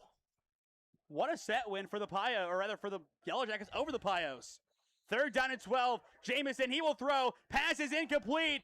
They're going to say it hit the ground, otherwise an INT. Padua, they want the call. They're not going to get it. We will replay it, but I think pretty definitively that one hit the turf. Yes. But Marietta, a nationally ranked team in volleyball, the fact that BW got a set off of them. I was talking about it with Alex Detmer yesterday. I said anything can happen. Here is the play, by the way. I don't see the turf. I was going to say it was a tough angle, but like. I didn't see that hit the turf, actually. That's a tough one. And here comes the punt for Seoul. And this one will go right back to the Bruins as DeVore will muff it out of play. Very nearly a saving grace for the Namers, but it'll go out of play. And as Padua comes onto the field, we will step aside with 2:29 on the clock in the first half. Life moves fast, and so do the unexpected moments. At the Kohut Insurance Agency, we've got you covered. Whether it's auto, home, renters, or something else, our goal is simple: to protect what matters most to you while saving you time and money. With personalized service and the power of many trusted carriers, we'll find the right coverage for you at the right price. Peace of mind shouldn't be complicated. Give us a call at 330-542-6400 or shoot us an email at david.kohut@twfg.com. Kohut Insurance Agency, our policy is caring. 1st down and 10 here for the Bruins. Graylis, he will take a shot up the far sideline. Pass is caught out of bounds by Reed Cervenka. And that'll bring up 2nd down and 10. But good composure by the sophomore to at least bring that one in, albeit out of play. Yeah, not a bad throw there, trying to go one-on-one down the field. Good, like you said, good composure, being able to look up for the ball and come back to it just a little bit too far on the white. As well, make sure you do stick with us at halftime as we will have full audio and visual coverage of both high school marching bands. Always great to see the bands and their halftime shows. Both teams getting ready to have their bands come out here. We'll see Padua first, followed by the Holy Name Green Wave. I know Padua was the one team that booed the Go Namers the most, but I loved it though. Game respects game there. 2nd down and 10. Graylis, he will drop back. His pass in the flats is caught by Cervenka. That time able to keep his feet in bounds as he gets the ball up to the 39, setting up 3rd down and manageable. I was going to say, I thought it was 2nd down. They had 3rd down on the sideline, but they're going to keep it there. I was going to say, that's definitely not a play you would normally make on 3rd and 10. And you just see the smoke on your screen right there. It has been billowing a lot today. It happens all the time, especially at this game. I do smell me some good grilling, though. I will say that. Of course you're hungry. Oh, come on. I'm not hungry. I just said it smells good. Now you see my problem. He's hungry. So 3rd down and 5, and something just got thrown on the field. Handoff here, and he is downed in the backfield. But will this play count? I don't think this play counts. We will see. They're At throwing least more for now, things. Karasik is going to be down in the backfield. But Cam, that came right as the snap happened. Who's throwing stuff We'll on see. the field? It looked like some kind of cap. There were 2 things thrown on the field. I think Coach Wondolowski threw that out of the way immediately because he knows if something's thrown on the field, you do have to stop the game. If that would have cost him that big play, and there it is again. It's a little football that keeps being thrown on the field. You got to take it if you're on the sideline. You can't throw this one back. One of the cheerleaders now has it. And they toss it aside. You can't be throwing things on the field and timeout Padua. I think they want a word about this, and I think there is every right to have a word about this. I understand Holy Name's down. You can't be throwing things on the field. Come on. Yeah. I mean, it's not like we're getting absolutely blown out. It's 3-0, 1:25 still remaining here in the first. I don't understand that. And I also keep hearing for Elise. You hear that too, right? I do. What a game. I mean, only 3 points. We're right now on pace to have our lowest scoring game of the season. Our other lowest scoring game was a 7-0, as I like to say, humdinger between Marlington and Minerva. 1 touchdown in the first quarter and nothing for 3 frames. And we still went 2 hours. We've had some very interesting games so far this season. We've also had some barn burners, which we prefer those. And here comes the punt for the Bruins. Holy Name, they need something before halftime. Solkowski, he gets ran into, and that's a clear flag. Padua has a new life. And that mistake came from Rizitsky, the senior. You can't follow through there on that play. I mean, there was plenty of time for him to stop. Yeah, just a dumb play there. Can't have it. And roughing the kicker that could give Padua another chance, but you'll see here 1, 2, 3, and runs into him. So penalty is going to be declined, but still. There's a difference in running into the kicker and roughing the kicker. And that was the big question. Running the kicker is only 5, and I believe running into the... Roughing. Yes. Yes, roughing is 15, running is 5. I thought that was going to be roughing. That's what I thought. Based on the nature of the push. He had it's not like he accidentally or tried caving away. Yeah. He ran full stop into Zolkowski, who also somehow in some way this year does have a rush. Fake one punt? carry this year. Fake punt? He has 1 carry for, I believe, 7 yards. But Holy Name, they have to have their best 1 minute and 12-second drill here. Down by 3 in the first half. They want something to show for the opening 24 minutes of the Parma Holy War. First down and 10, pass caught by Preissel on the far side, and he will get out of bounds. You move the chains, you stop the clock, only 4 seconds off the clock, and this is JMO's bread and butter. Great timing play. Yeah, like you said, timing play, bread and butter. Stop, hit the back of your drop, get the ball out right away. Can't be doing too much. Can't wait for the rush to get there. It's a timing play. If it's not there, throw it away. And I feel like Holy Name has to do a lot more of this if they are to win tonight's matchup. And the football has been thrown again on the field. They have thrown another football. In the meantime, Jamison, his pass, it is off the hands of Nemeth, incomplete. Jamison's pass is incomplete. So how many footballs are there? At halftime, something I think is going to be said. And I think Cameron, going to Holy Name High School for as long as we did, you see the staring eyes of Mr. Sullivan, the disciplinary vice principal. You know something's going to happen there. Yes. Yes, it will. Once he's locked on, you're not getting out of there. Yeah. Absolutely not. Not that we really learned that the hard way at all, no. You more than me. I can think of a couple moments. Second down and 10. Handoff. It is going to be Nick Nemeth. Plenty of space. He is through on the near side. First down for the Namers. And he will be pushed out of bounds past the 35, down to the 32. And just like that, the Namer offense is rolling. Second time he's touched the ball today. First one was a pass. Technically a pass, more a run, but still giving him a head of steam in full range of motion there. That play covered 31 yards. And there it is, announced in the stadium, 31 yards for Nick Nemeth. And just like DeVore's run set up a field goal for Zolkowski, the writing could be on the wall for the Namers, but they want more. From 1:12 to 57 seconds to go, it's first down and 10. Immediate pass incomplete, just too low. But that was 2 seconds. Another timing play, like I was talking about earlier, they go with pretty much an identical play. It's all curls from the receivers, maybe a streak on one of them, but he had Preissel open. That time it went to Nemeth, just a little bit short, but still good coverage on there from Padua. You gotta, I was going to say, you got to be careful on those as well, because if they start keying on, they're going to start trying to jump those routes. And I think that's why you're bringing Anko here. He was in the huddle with Jamison. So that really could say something about this design. Instead, it's a handoff on second down. Nemeth getting nothing. And it's third down and 8. Why the run? No, it was second. So now it's third down, I'm saying. Correct. But why the run there? Try and catch him off guard. I mean, you have... Did they use their time? Did they technically? Yes. Okay, so they used their timeout earlier, so they have one remaining. I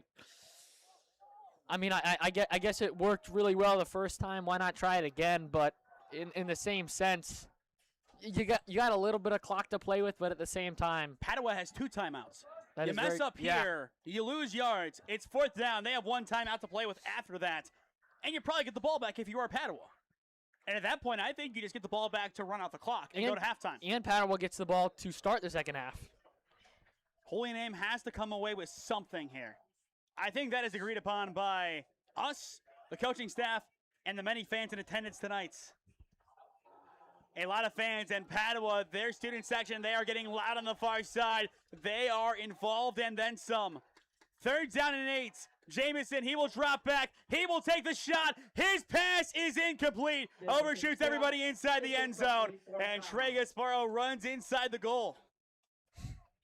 Decision time for Danny Day, Coach Wondolowski, and the entire coaching staff.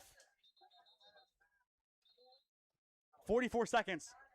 And with that incompletion, if Padua does get the ball back, they have 2 timeouts now. They said lineup to be about a 40. This would be a long field goal. You played with Owen in soccer. Does he have the leg? I think he does, but they are going to elect to at least keep the offense on the field for the time being. Might just try and draw him off sides for an extra 5 here, but I don't know. Do we see the hard count?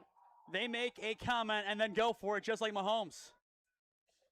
Rodriguez will flare out. They will go for it on fourth down. Jamison running for his life, gets rid of it. That could be intentional grounding. Either way, it does not matter. There's the flag, and that tackle came in from Karasik. Second flag. Second flag. Was that a retaliation play? I believe so. There are 2 penalty markers. Offsetting? They might be offsetting. I don't. That second one might have been after the play, though. Well, watch it back here. There's the intentional grounding. And then the second flag came on, I believe, that. Right there, you saw it towards the end of the play.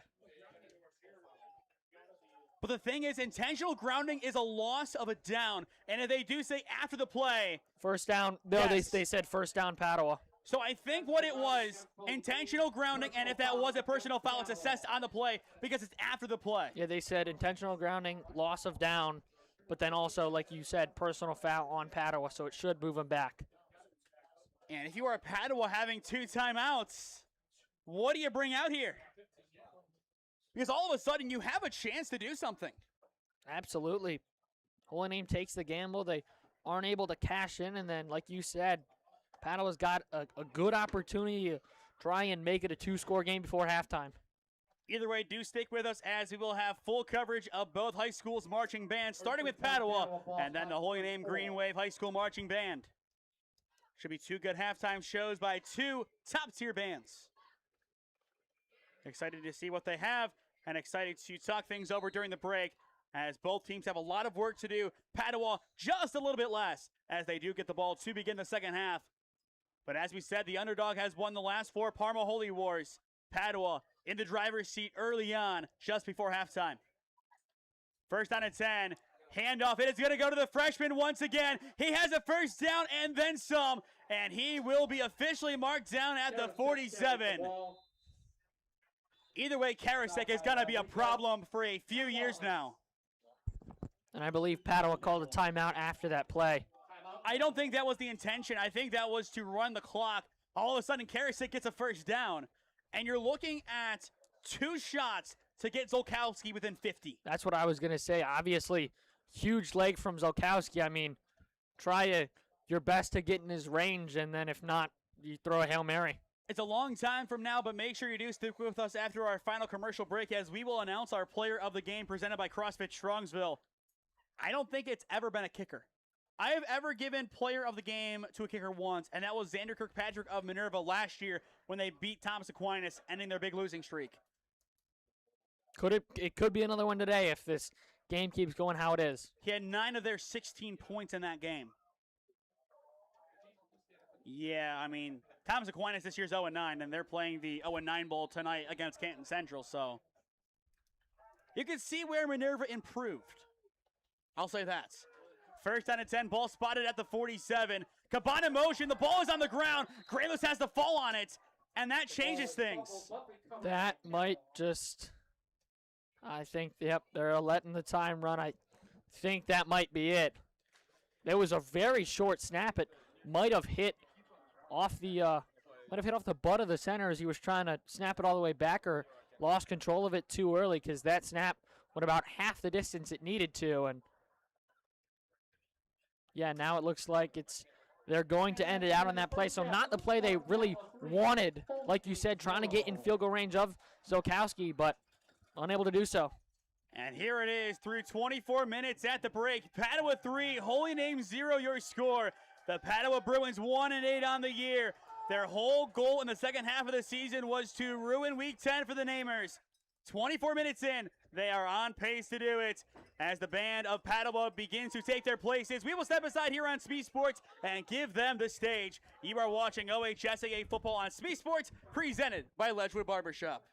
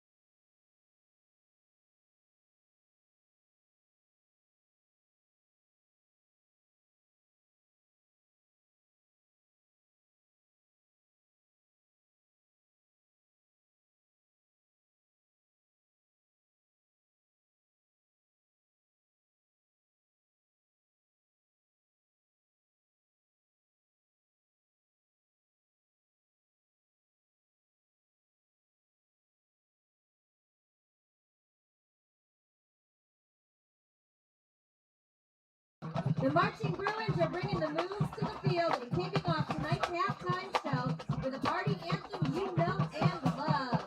Everybody get on your feet.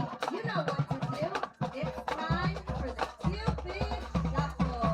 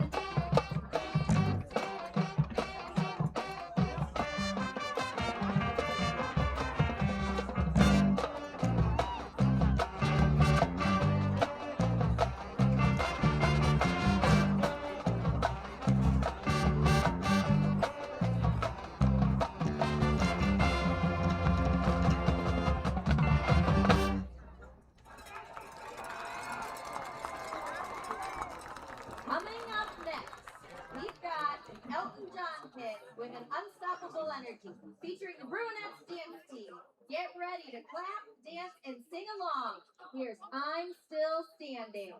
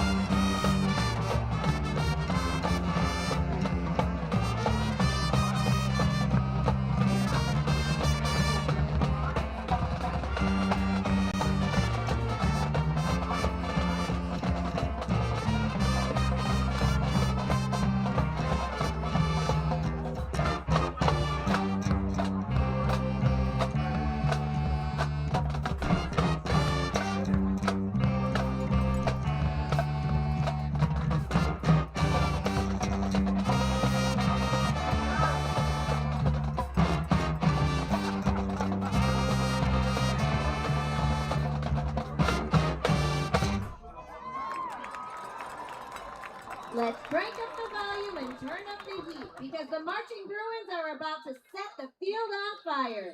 Get ready for a high voltage finish to tonight's show. It's bold, it's bright, and it's burning up. This is Disco Inferno.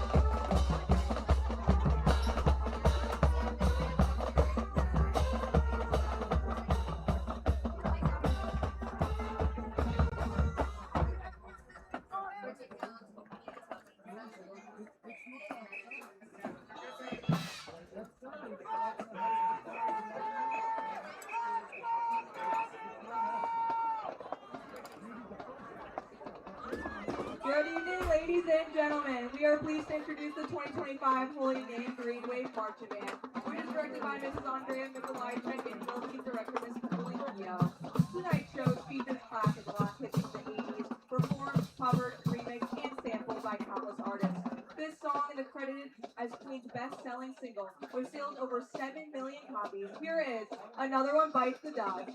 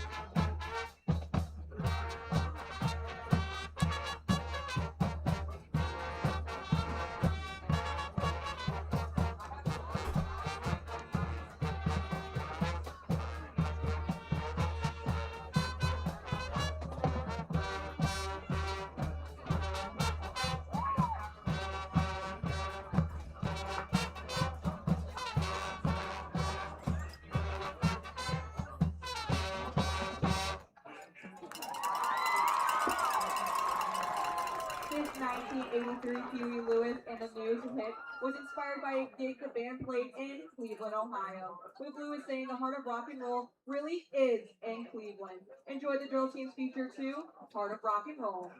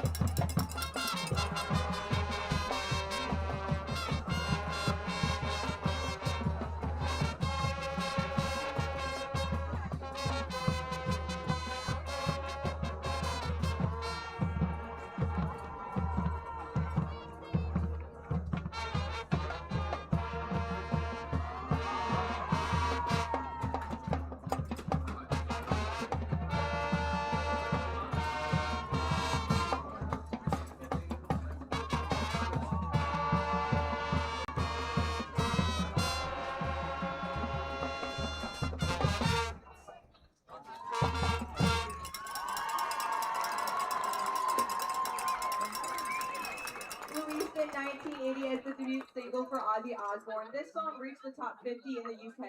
Following Osbourne's death in 2025, this song entered the Hot 100 for the first time at number 46 and later peaked at number 39. We close tonight's show with Crazy Train.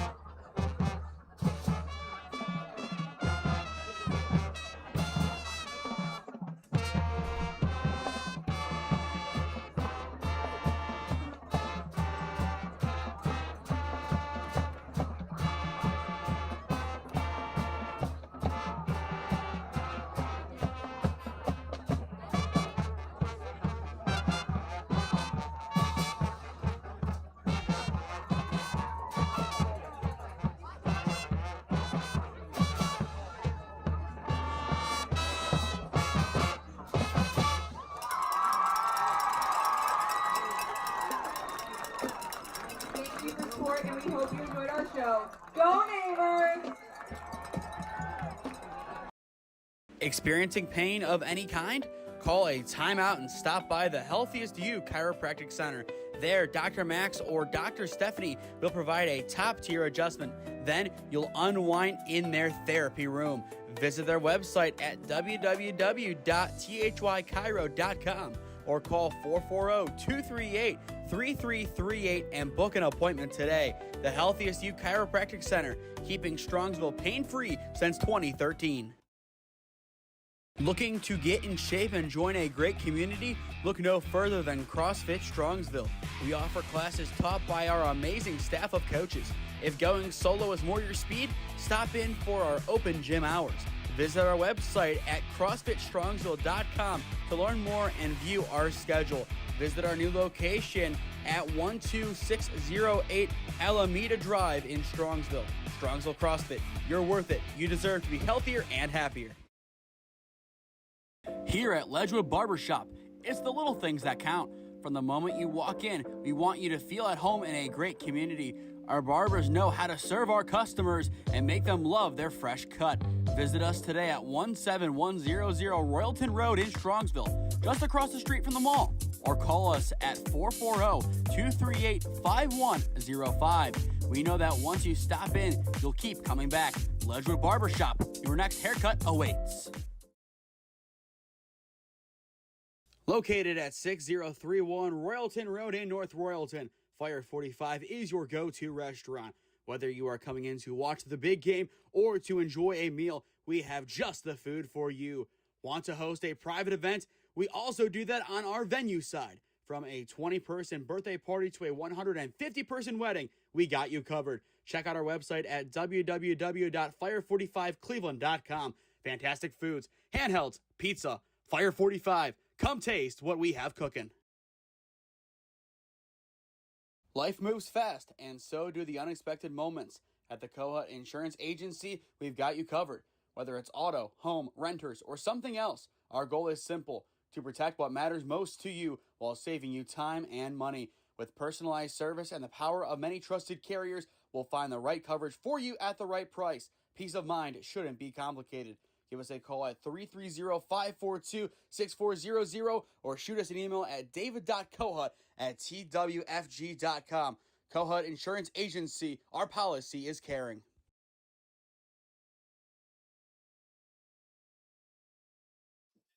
Before we get back to the action, if you or someone you know is a business owner looking to sponsor broadcasts in the Cleveland or Stark County area, contact us at one of those avenues on your screen, and I would love to work out a deal with you to promote the best of your business and your brand. Thank you to our 5 broadcast sponsors for making today's telecast possible. Welcome back to Brooklyn Memorial Stadium as you are watching OHSAA Football on SmeeSports, presented by Ledgewood Barbershop in this Parma Holy War between the 5-4 Holy Name Green Wave and the 1-9 Padua Franciscan Bruins. Your halftime score: a whole lot of offense, Cam. 3-0 Padua. Your thoughts on the opening 24 minutes? Not much happening offensively. The defense is doing their job. Yeah, so far the defenses have really been doing their job. It was all net zero up until that big run by Brady DeVore, the 45-yard run on the first play of their second drive, I believe, that set up a field goal for the Bruins. And then pretty much other than that, it's been Padua's defense showing up time and time again on 3rd and 4th downs. And you look at this second half, it is Padua ball to get things underway. What does the Namer defense have to do here, not only to get the ball back in their offense's hands, but also to give the offense enough momentum to get back in it, as they've had a couple of stops so far, but nothing enough to create enough momentum to get the offense rolling? Yeah, I mean, it's definitely going to be difficult. They even had that one turnover that I thought would maybe spark the offense a little bit, but, I mean, it did. A huge run by Nick Nemeth, I believe. That was a 31-yard rush they announced, but, again, they really need to probably get a 3-and-out here or very quick off the field here to try and get their offense back going. I'm sure Coach Wondolowski had a really invigorating speech trying to ignite a fire under his offense during halftime. Let's talk about the quarterbacks of Padua. Yes, quarterbacks plural. Who gets more snaps under center, Colin Grealis or Brady DeVore? probably I would say Grealish, but I definitely expect to see DeVore a couple more times tonight. Probably I would say 10, maybe a couple more, especially with how well that one far run went. And as for Padua, their seniors are playing their final 24 minutes of high school football. Some of them, their final 24 minutes of football or even athletics in general. What do you think this means to them right now, as obviously during your last game you had an understanding of, okay, this is probably going to be it when you went to Firelands. You knew that, but the playoff game against St. V's, what was going through your mind down the stretch when you kind of realized, okay, the comeback's not going to happen? And how does that translate to Padua? Who knows? No matter what they do tonight, they're not in the playoffs. I mean, it's definitely a sad thing to think about, but really Padua in control of this football game, at least in terms of the scoreboard. But you have to go out there. You have to give it your all. You're going to do your absolute best to really try and push this game in your favor, especially in this huge rivalry game. And I want to ask you about the scoreboard. How many points is enough to win this game? I wouldn't say a lot. These defenses have done really good tonight. I would say probably 17. I would say if Padua was able to get 17, I don't know if Holy Name's going to be able to match that. Obviously, that is 2 touchdowns, but Padua has had some big plays. I don't really put it out of reach for them. If they're able to break a couple of runs off, maybe a pass too, I wouldn't say it's out of reach. We expected the records to go out the window tonight, and they have so far, but 24 minutes left to go in the Parma Holy War, and we are back to the action. The opening kick, it is muffed, and there are the namers right away convening on the ball carrier. That is number 44, Dom Santoro. Yeah, we've seen him make a couple of good plays on defense back in the first half. That time, as he was trying to go back, not your typical receiver, as they say, and couldn't come up with it, but wisely kind of falls on it and stays alive. He has been a running back for the Bruins, not as much this year. He had a couple of nice runs on the road at Karis Stadium in Alliance last season, but then had a season-ending injury derail his sophomore season.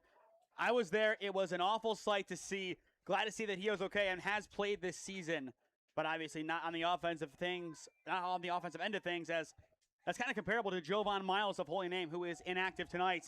First down and 10. Pass is caught in the flats. That ball is down, and they will say incomplete. Pass is incomplete. Kind of bobbled over there on the establishment. And, I mean, he was probably looking at Nick Nemeth coming after him like a heat-seeking missile. They had 2 guys trying to block him out there, and he pretty much split right in the middle of them and was heading straight for the receiver. Maybe looked up and took his eye off the ball for a second. Obviously, not what you're supposed to do. You're probably trying to look down the field and see how much room you got, but you got to make sure you secure the catch first. Karasik has been an impact guy today for the Bruins as their new starting running back. Do we see him here on second down and 10? The answer is yes. He will get the carry, but not much after it. Maybe a pickup of 1 or 2 on the play. All of a sudden, it is third down and long, and the Namer defense is 1 play away from getting the offense back on the field. I was going to say, so far, through 2 plays, this is exactly what you want out of your defense coming out of the half. But still, you have to stop them here on this third down. Can't let up an explosive play. Have to stay true to what you know. And it looks like there is some signaling by some Padua players on the sideline. Some underclassmen giving some plays. I know one was just stationary there.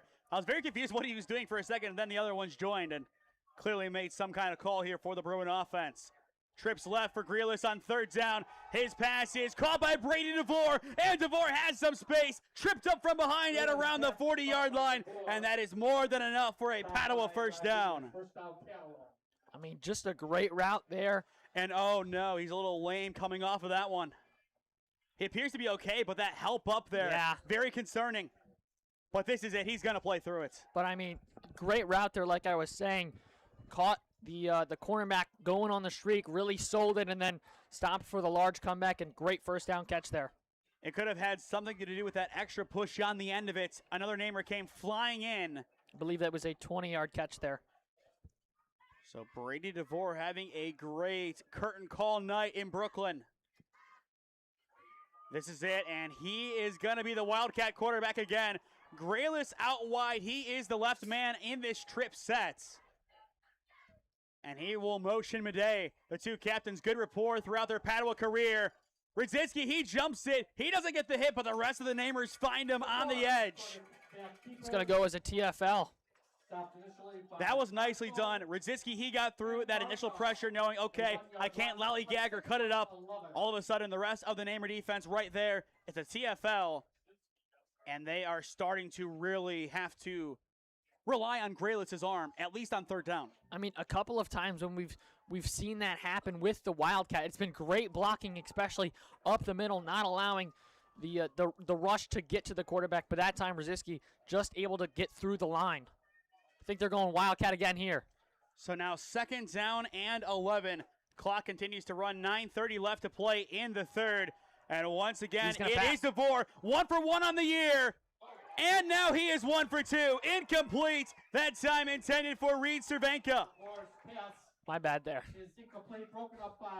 I mean, I wasn't expecting him to throw. I thought that was just going to be another stretch concept. I saw him. He took the snap. He kind of went to pick up the ball. Couldn't get it on the first attempt, so we kept rolling out a little bit more. And I think the defensive back kind of realized that, looked over, and made sure he was covering his man up well. Great defensive play there. So here comes 3rd down and 11. Already 1 for 1 on 3rd down on this drive. But Padua has to keep momentum going. And everybody's on one side, and now Caban realizes he is the far man on the left. So a trips right set here for the Bruin offense. A lot of guys that can easily make a play when the Bruins need them to. Can they do it on 3rd down and long? Grealis has some time, pumps his pass. It is caught right at the pylon. It is Jose Caban with the 1st down. One of the smartest players on the Padua roster, and that is why. Yeah, just knowing, having the ability to know where he's at on the field, you know, that kind of awareness, going 1 yard past the 1st down mark, stopping right there, being able to keep his foot in bounds and secure the catch. Jose Caban, a transfer in from Independence after his freshman year. 2 catches across his first 2 years of high school. Had 6 entering play tonight. And he is truly a talent. Look out for the name Jose Caban in baseball season.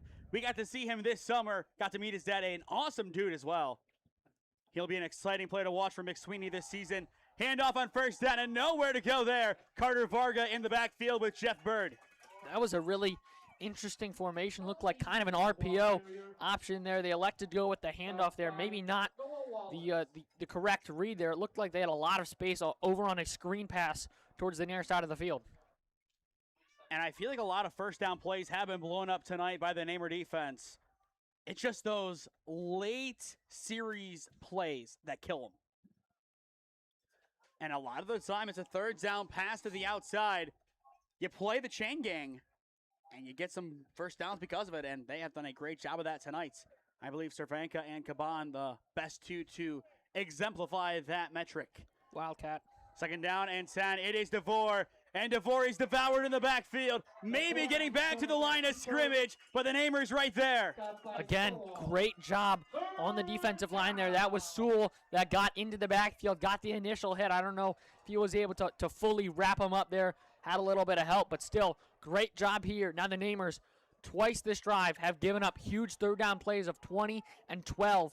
They have to guard the sticks here. Obviously, you got to be wary of the double move. It's happened twice. They just stopped at the sticks, but you always got to keep it in the back of your mind. You have to be aware of the double move.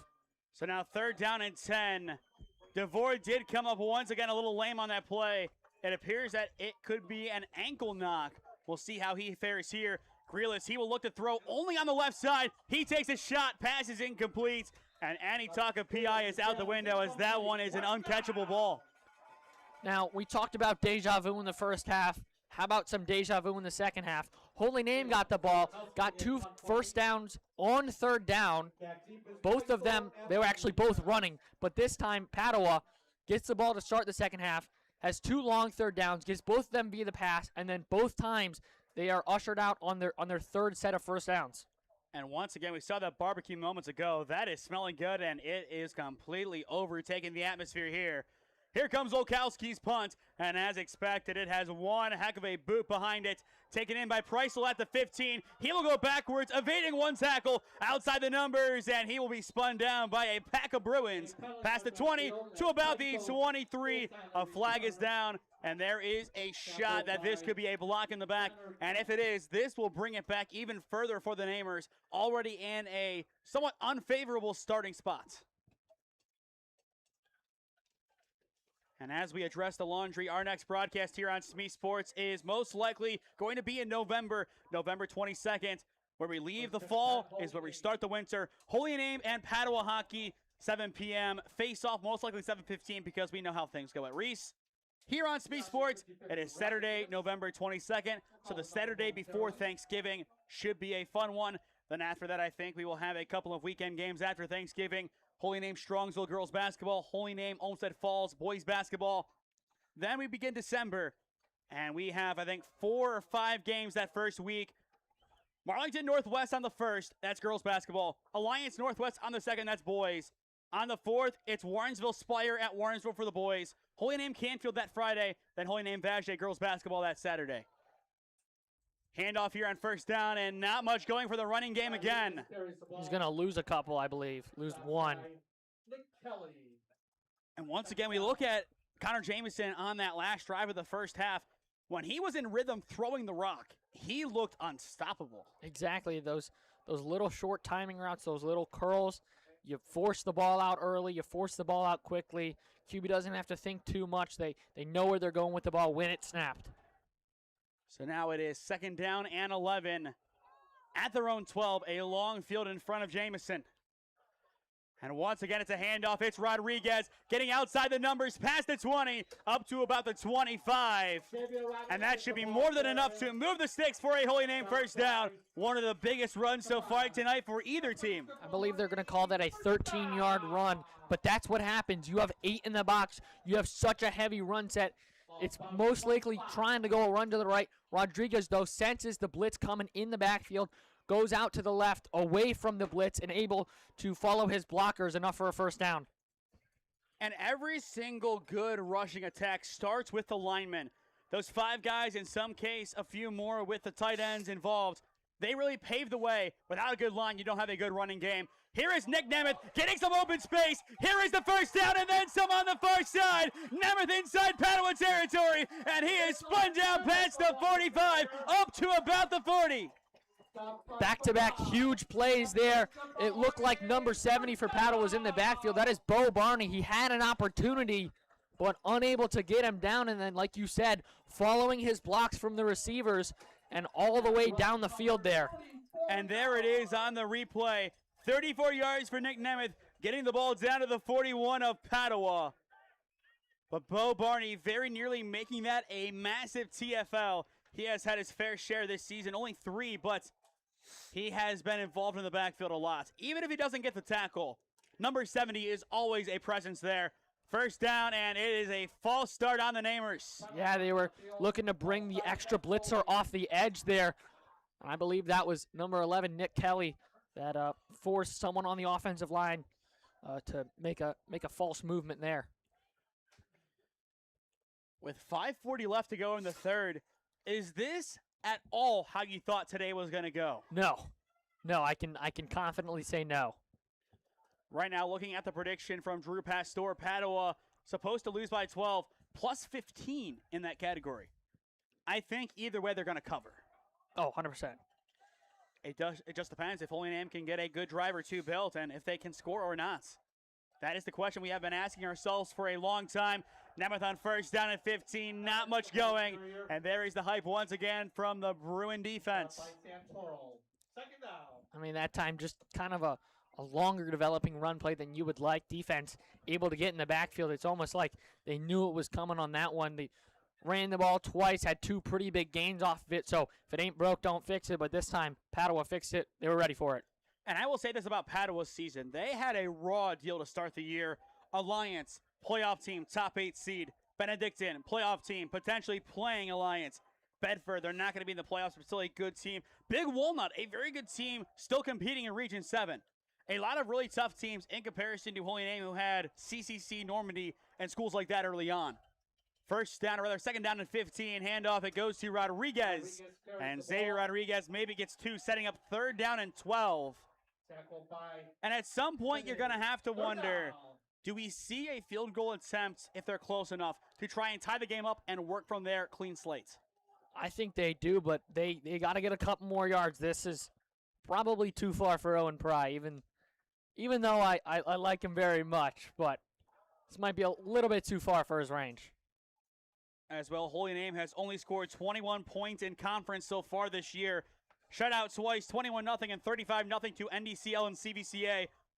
Actually, no, they scored 24 against EC, so my mistake there, and then 14 last week, so not too many points overall. It's an end around for Caden Parker on 3rd down and 12, able to evade a couple of tackles, gets to the 35, and hits a sea of Bruins, nowhere else to go. And it is decision time for Coach Wondolowski. I think, I was going to say, I think they're going. And I think they are going to go. And a completely different package. I mean, Varga comes in, Noah Wallace comes in, and Gabe McKee comes in. Huh. It's not Jeff Bird range, so to speak. I'll say that. It's not Jeff Bird range. But could it be? They did bring in a new lineman. Whoa. And he is in the backfield. They did bring in a lineman. That's what I thought they were doing. Power I and Padua. To the timeout. Yeah, wisely calls a timeout. They don't usually see the Power I too much. But Holy Name brought it out there. Padua definitely did not like to see that. They brought out Rositsky as the extra lineman. That's who that was, number 50. A backup on the depth charts. That's why you do that play. All of a sudden you see Jeff Bird back there. Coach Cuban made the right choice. He was not going to mess with that today. Yeah, especially if they get a full head of steam going forward. Watch out. Jeff Bird easily can rip off a big run. The stamina is the big question, obviously, at the end of it, but he only needs 4 yards. Exactly. And we did talk to him before the game, at least from afar, and he said, okay, I'll get you a couple touchdowns. And right now, Holy Name, they need a couple touchdowns. At what point does your offense become get close and let Jeff Bird cook? Which is crazy to say for the offense. Let your starting left tackle be a presence in the running game. Now they're going to switch it up here. I think you have to if you're Holy Name. You got found out there. Not in a bad way, though. Not in a bad way at all. But here comes 4th down and 4. Whistles blow. We are ready to go. Empty set. And a flag will fly. I think it's a false start. And now it could be on Padua. I think it might be on Padua. And it is. So that's a 1st down. And the Bruins clearly frustrated on the far side. Jeff Bird telling the Holy Name crowd to pump it up. Get loud. He might not be a captain, but he has been the biggest leader to step up this season for the Namers by far. Obviously, the captains are doing their job, Cam, but Jeff Bird as a pseudo-captain, he is exactly what Holy Name needs. The energy guy who's been here a long time and knows what it takes. Jameson drops the snap, and they go right back to the 40. A 10-yard loss. That has been an issue all season for the Namers. It was a good snap. That was right on the money. Yeah. Just dropped it. I know it's cold, but you have to catch that. It happened last week, too. It happened 2 weeks ago on the goal line where he dropped the snap, handed right to him. Yeah, can't have that. Reminds me of the Quinshawn one. Obviously, that one turned into a touchdown for the Browns, but that one went over his head, so just does the wise thing and falls right on it. Kogluski had that issue early on in 22, and then when he fixed it, the offense was rolling. 2nd down, pass is caught by Gonzalez. He gets all the yards back and then some, but he calls up the football, and Padua picks it up right away. Holy Name says they have it. Padua says they do. Who gets given the rock? I thought Padua had it immediately. And it looks like Esso comes to the Namer rescue. Wow. He bails himself out of his own situation. A good quick pass though to Gonzalez. We'll watch it back on the replay. Excellent hit from behind. That is the captain, Nick Kelly. And once again, Cam. Oh, wow. Yeah, Esso just barely got back on top of it. But going back to Nick Kelly, there's a reason why that young man, as a junior, is a captain. And that's the leadership you need in the biggest game on your schedule. He has been everywhere. He might not have the most glamorous position, but he is this quarterback of the defense. And next year, he will get even better for these Bruins. 3rd down and 2. It is Rodriguez evading one tackle. Stiff arms another. Caban throws him out of play. and there is some animosity on the sideline, and there is a flag. They go hat on hat right there. 7 in the box for the Bruins. Xavier Rodriguez, great job of pushing the first defender off and then extending his arm on the stiff arm. Gets the first down on the run and should get, I don't think they'll give him an extra 15. It might be halfway to the goal line. And we'll watch it back on the replay, but Caban and Rodriguez did a great job there. Caban, that was clean from him. Yeah. But a clear late hit, and that helps out the Namers. And they are really drilling the clock here, Cam. 1:24 left to play in the third.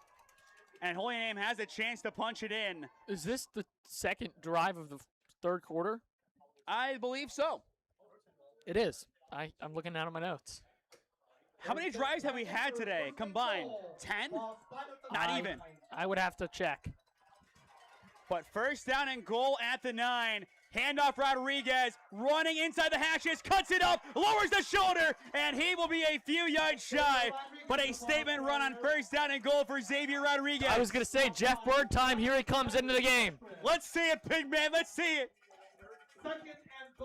You got to give him 3 shots here. I think you give Jeff 3 shots.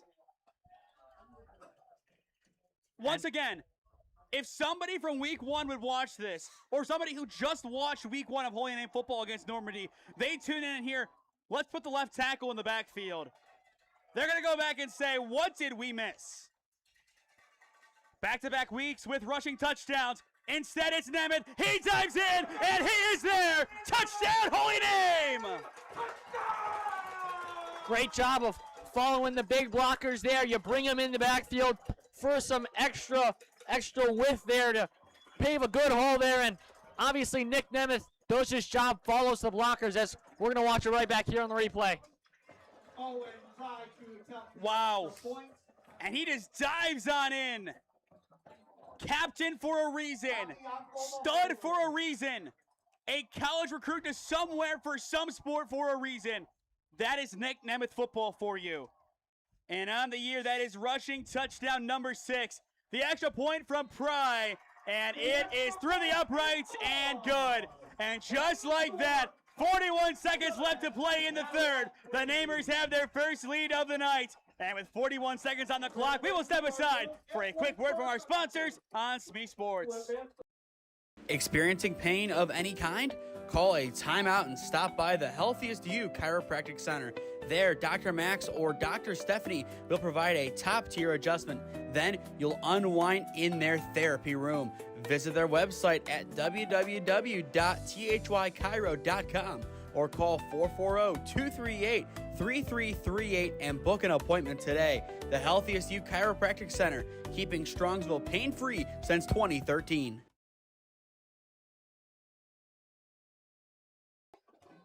Welcome back to Brooklyn Memorial Stadium. Ladies and gentlemen, we do have a touchdown. It has happened. Holy Name up 7-3 on the Padua Bruins thanks to Nick Nemeth.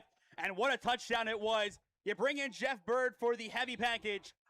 You go to your captain, and he gives you the opening touchdown of the game and the first lead of the night for Holy Name. And importantly, the extra point was good by Owen Pry, so the Zakowski field goal can't tie it up. And Caban will take it inside the 10 for the Bruins, and he needs some blockers, and he will get some inside the 20, now to the 25. The ball is loose. The Namers say they have it. Will they get it? And the answer is yes. Lady Luck bleeds green once again in Brooklyn. Unreal from the Namers special team unit. Huge hit there. We're going to watch it back on the replay. You'll see it here. Just the ball kind of falls out. See the ball kind of, like Smee said, ball kind of just tumbles out there, and Holy Name able to recover.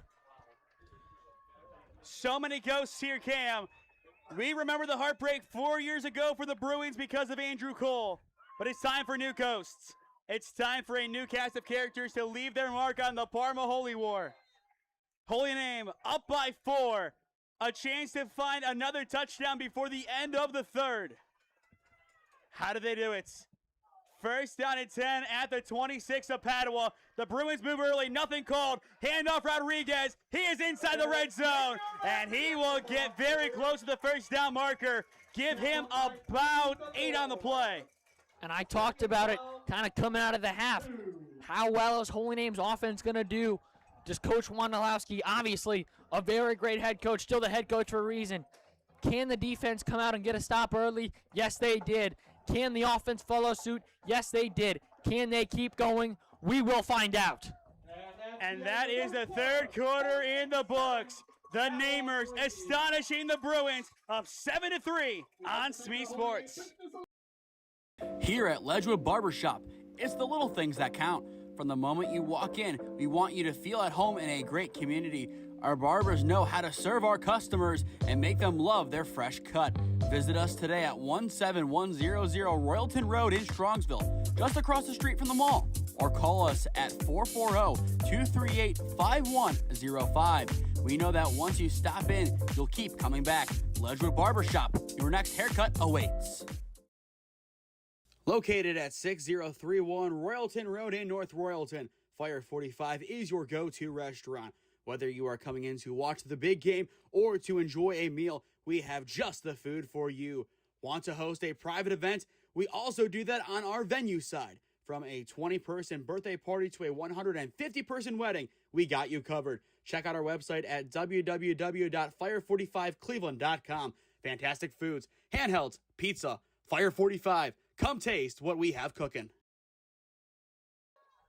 Welcome back to Brooklyn Memorial Stadium for the fourth quarter. Nemeth gets the handoff on second down, and he will extend the arm and get the first for the Namers.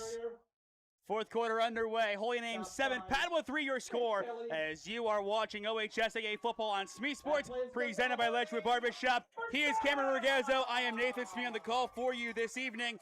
And what a night it has been here at Brooklyn Memorial Stadium. This game flipping on its head moments ago. Nemeth's touchdown. Special teams forces the ball out of Caban's hands, and the offense is back in the red zone. Yeah, second time they go with the power eye there. And Holy Name needs or wants to punch it in 4-6, but they need points on this drive to make it a two-score game. Yes. They could keep it one score if they decide that it is Owen Pride time. But first down at 10, handoff Rodriguez, and he is down immediately. First down has been the Achilles heel of both squads tonight. The defenses, they understand the play call from the get-go, and that is a good thing for both teams. Padua to take into next year, Holy Name to understand about themselves heading into next week, most likely a road playoff tilt in Lima. I thought both teams moved early on that one, but nothing called by the refs. They're going to let it go. But now second down and 11. They will take a yard away from the Namers. And we will see what they bring out here. We could see a pass, but at the same time, the rushing attack has been solid tonight. And it will be the run. It is Rodriguez. Once again, hit in the backfield. Evades a tackle, evades two, evades three, cuts it up, and he will dive forward, trying to get back to the line. And the officials will understand his plight and give it to him potentially. Now, no, a loss of one after all of that. Wow. It's third down and long, and the predicament of what to do all of a sudden returns for the Holy Name offense. Obviously, you're probably going to elect to go with a pass here. Wouldn't hate to try and get one of your running backs or one of your playmakers out in space, but you can't turn the ball over here. You have to take care of it. If nothing's there, you have to throw it away. So third down and 13. Jamison has been good about throwing the ball away today. He will drop back, looking on that far side, over the middle. Pass is caught by Carter Varga, and he is in. Touchdown, Holy Name! It's the big-bodied tight end with 6. First career touchdown for Carter Varga, and it's in the biggest game on Holy Name's schedule. Absolutely wide open over the middle of the field. No one even thought to cover him, and waltzes into the end zone. I said don't throw it away. He doesn't need to. No one, like I said, no one really covered him. Pretty wide open, and then used the big frame of his to push his way into the end zone. Once again, Namer Ghosts. We've talked about him as the big-bodied tight end all night. And that is why you use that kind of frame. A great tight end going back to the days of old with the tight end in the offense. Prize extra point, it is good. And all of a sudden, the Namer offense is back in business. 9:47 left to go in regulation. Padua needs a response when we return. You are watching OHSAA Football on SmeeSports, presented by Ledgewood Barbershop. Life moves fast, and so do the unexpected moments. At the Kohut Insurance Agency, we've got you covered. Whether it's auto, home, renters, or something else, our goal is simple: to protect what matters most to you while saving you time and money. With personalized service and the power of many trusted carriers, we'll find the right coverage for you at the right price. Peace of mind shouldn't be complicated. Give us a call at 330-542-6400 or shoot us an email at david.kohut@twfg.com. Kohut Insurance Agency, our policy is caring.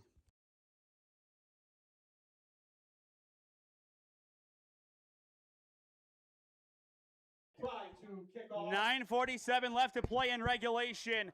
It's the biggest game on both teams' schedule for a reason. It's the Parma Holy War, and a war it is. Holy Name 14, Padua 3, and all of the offense completely switching on in the past 5 minutes. The Bruins need an answer, and it starts with their special teams unit, and it's a great return by Caban. It is redemption for Jose, and he is inside Namer territory. Kickoff return. You cannot fool him twice. Knocked out of bounds by Owen Pride. And that is the resilience of Jose Caban. When you have a baseball player on your team, they understand short-term memory. You make a mistake, you get the next one. He did it all summer. He's done it throughout his baseball career. So why not in football get this big return? And that'll help spark Grealish and the offense. Yeah, they start in plus territory here. Obviously, need to go down the field here. Need points at the least. I mean, even if you're able to get 3 here, you got to stop them on defense and then got to get in the end zone and go for 2.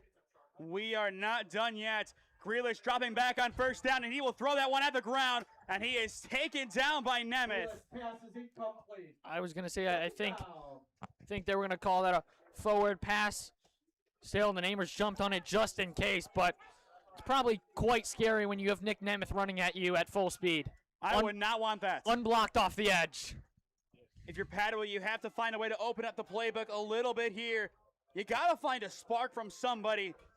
Potentially in the next 3.5 minutes, 6 minutes left to go. You give the ball back to the Namers and you go from there. But you got to find something here. Make it a one-score game. Wildcat again. DeVore trying to play for a big win. And it'll be a false start on the Bruins. I believe that was number 72, Thomas Schwartz, the senior, moving early. Unraveling here for Padua. They had a great first half. Actually, that was 73, Kasunik, the sophomore. Correction. They had a great first half, and their offense really needs to get going. They were trying to go back with that Wildcat. They had a huge play on it earlier, but obviously when the offensive line moves first, they're going to go try probably the same thing again here. It's the two captains, DeVore and Midday, in the backfield for the Bruins. Now flaring out is Midday. Second down and 15 for Padua. It is DeVore taking it himself, cutting up the far side, getting back to the initial line of scrimmage and then some. All of a sudden, it is third down and manageable at the 40. And the thing is, even if we see the Wildcat formation, obviously, Holy Name's got to be aware of the pass. Already seen it once today. Was really well defended, but got to keep that in the back of your mind. And now a development. Esso Gonzalez being stretched out on the sideline. Most likely a cramp for him, but that is a situation to monitor as this game goes on. He appears to be getting up and appears to be okay. Yeah, he's taking pictures. He's fine. Yeah. But always have to point it out just in case. It's obviously a big turning point in the game.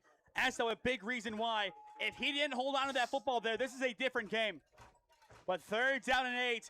Joe Kuchera, the Boosters president, getting loud down below. Grealish, his pass is caught at the marker. It's a first down for the Bruins. The Namers aggressively going for the ball, but not enough as Brady DeVore hangs on.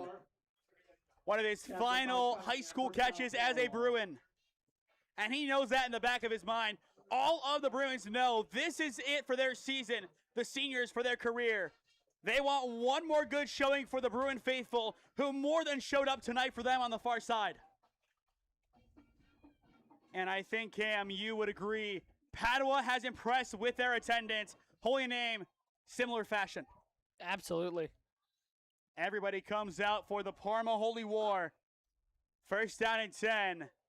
And that one will bounce into DeVore. cuts it up, able to get positive yardage, and is up to, or rather down to about the 25, and there appears to be an injured Bruin on the field. And as the Bruin gets some medical attention, we will step aside here on Smee Sports. 7:59 left to go in regulation. Holy Name 14, Padua 3 your score in Brooklyn. Experiencing pain of any kind? Call a timeout and stop by the Healthiest You Chiropractic Center. There, Dr. Max or Dr. Stephanie will provide a top-tier adjustment. Then you'll unwind in their therapy room. Visit their website at www.thychiro.com or call 440-238-3338 and book an appointment today. The Healthiest You Chiropractic Center, keeping Strongsville pain-free since 2013. Looking to get in shape and join a great community? Look no further than CrossFit Strongsville. We offer classes taught by our amazing staff of coaches. If going solo is more your speed, stop in for our open gym hours. Visit our website at CrossFitStrongsville.com to learn more and view our schedule. Visit our new location at 12608 Alameda Drive in Strongsville. Strongsville CrossFit, you're worth it. You deserve to be healthier and happier.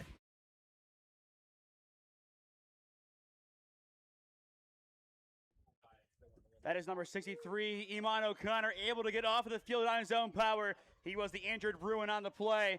Handoff here on second down. It is the freshman, and he is spun down by Jeffrey Bird. Experience over the new fresh face.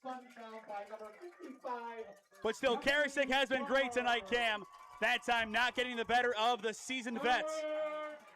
Yeah, it feels like Jeff Bird has really been all over the field this time. And really in every game, but obviously this time is we've seen him a lot more on offense as well. And from down below, he is being assessed for a quad and a hip flexor injury. Thank you to Bryce for figuring that out on the Padua sideline. O'Connor, a sophomore, a starting lineman for the Bruins at left tackle. So here comes third down and 10. You got to have it here if you are Padua. 7:03 left to play in regulation. Caban in motion to the near side.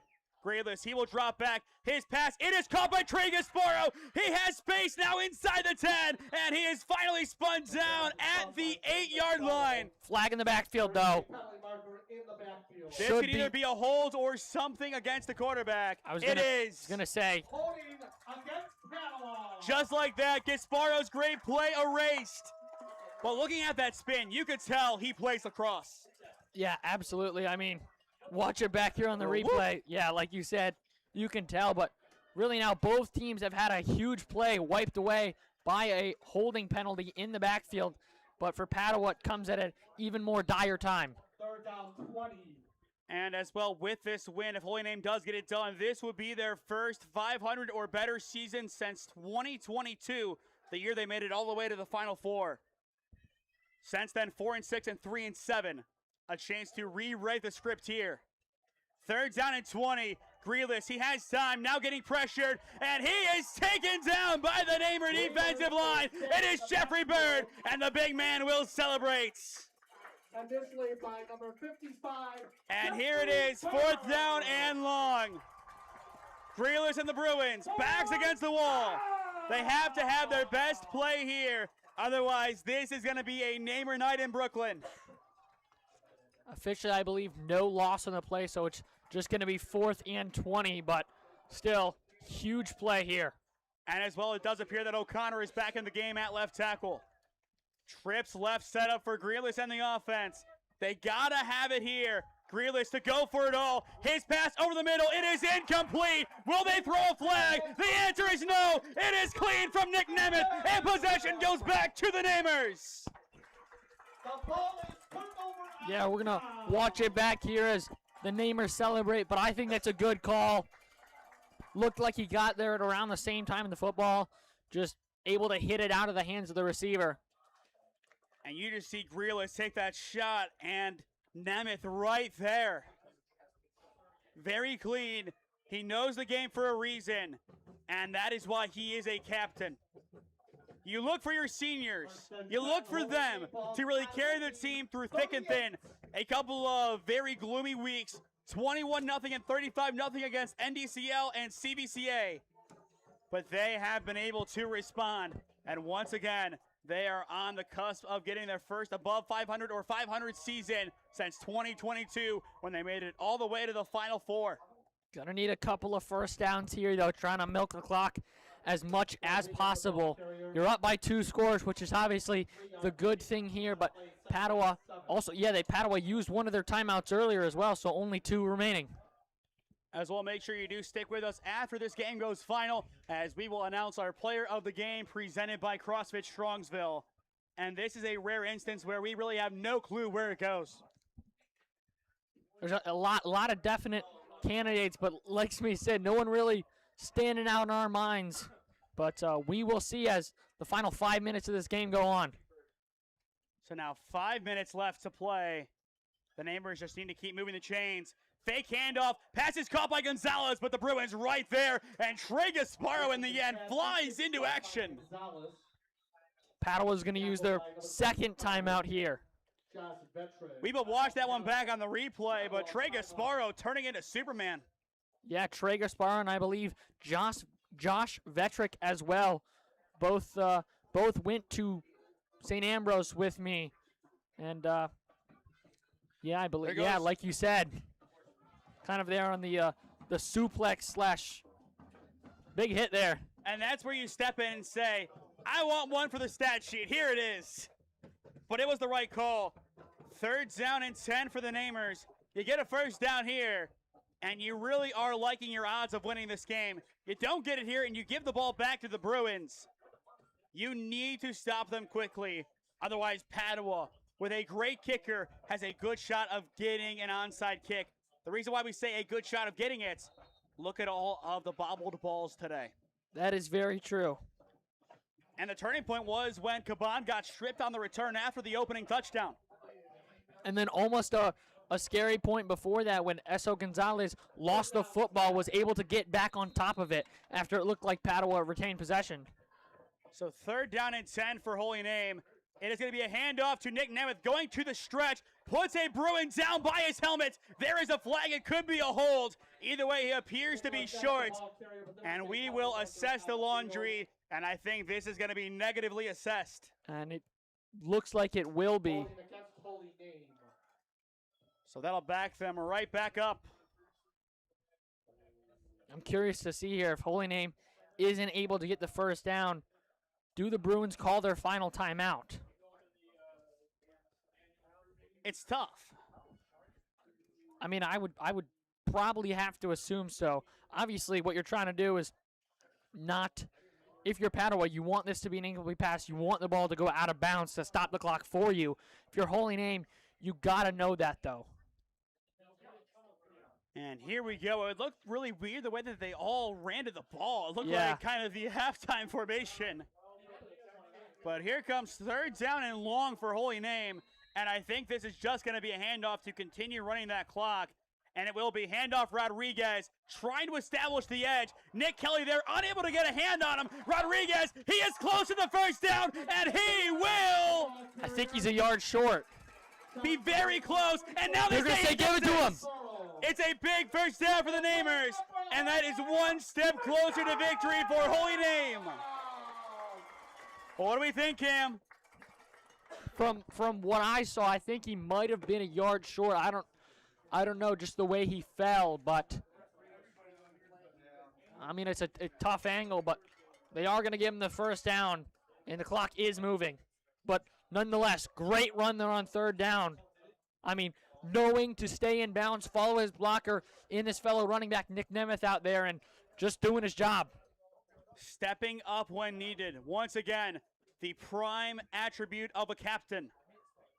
And that is why X, along with Nemeth, Ballantyne, and Davis, are the captains. They always step up when the Namers need them most. And they are just going to play the game clock and the play clock game here. Drill both. 1st down and 10, handoff Rodriguez. And he will get to about midfield, and they will give him the Padua side of it. And that is Padua's final timeout. So 3:37 left to play in regulation. The Bruins out of timeouts. Was that the right time to use the final one, Cam?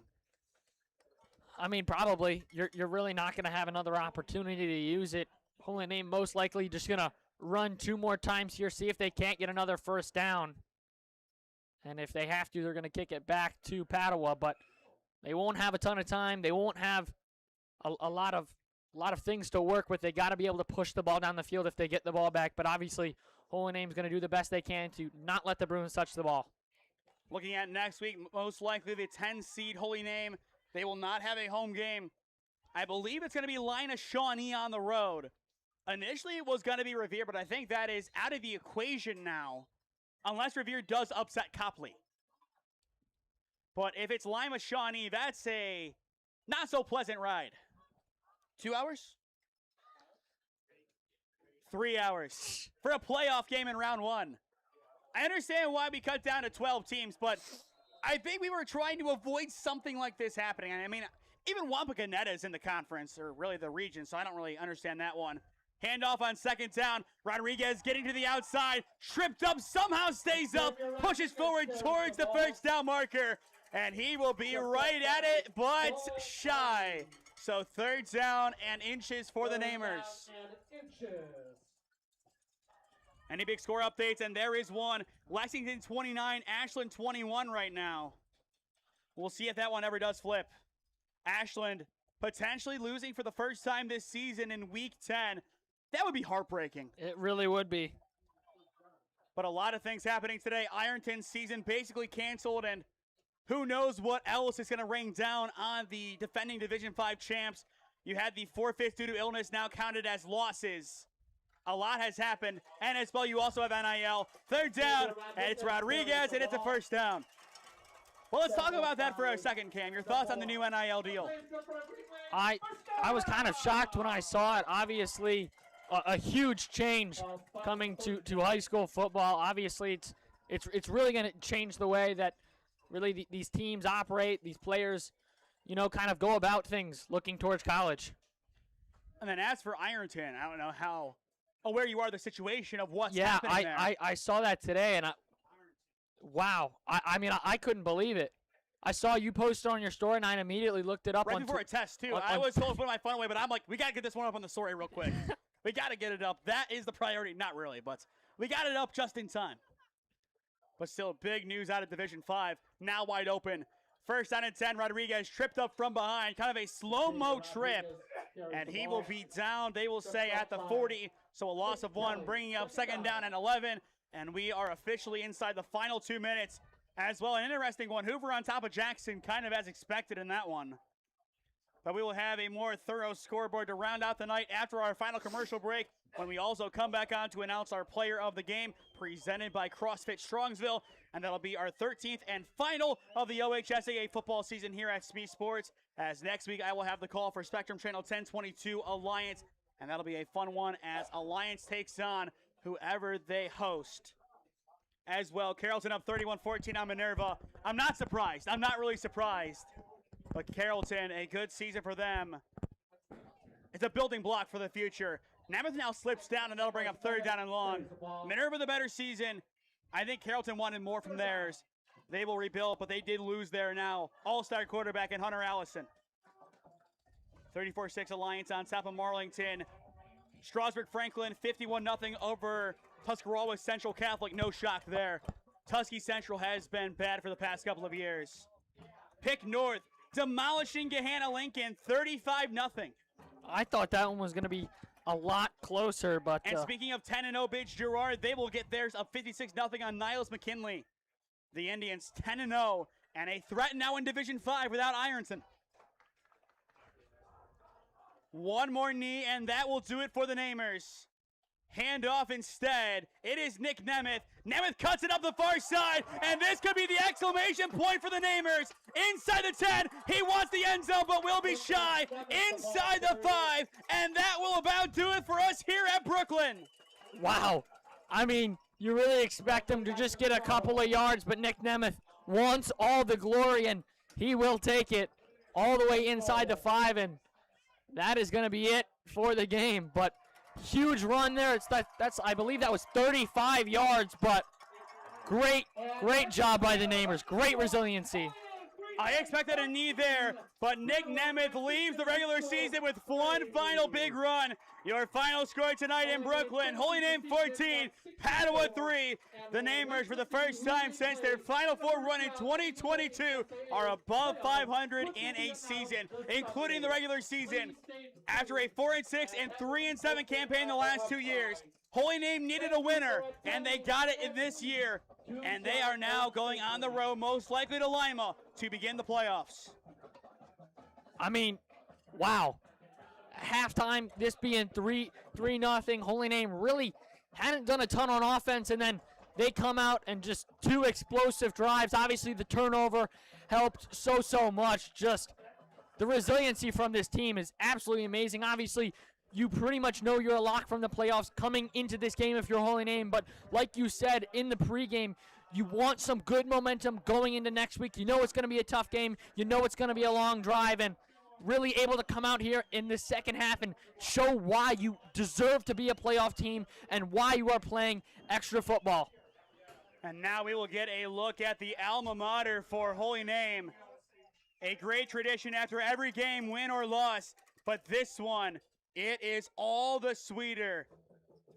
Cam, what do you think is going through their minds right now? I mean, every win over every win for Holy Name over Padua, no matter what sport, is absolutely monumental. Not even just for the football team, but for the entire student body, for everyone that has to do with Holy Name, everyone that knows Holy Name, knows how big this football game is, knows how big any game against Padua is, and it's just great when you come out with a win like this. I mean, obviously, you see how fired up these fans are. You see how fired up this football team is, and for good reason. They wanted this one no matter what happened in the prior 9 weeks. They always wanted a winner against the Padua Bruins, and a winner they got. 14-3 your final. Holy Name takes down Padua. We will hear a word from our sponsor one final time, and then be back on to announce our player of the game, presented by CrossFit Strongsville. Experiencing pain of any kind? Call a timeout and stop by the Healthiest You Chiropractic Center. There, Dr. Max or Dr. Stephanie will provide a top-tier adjustment. Then you'll unwind in their therapy room.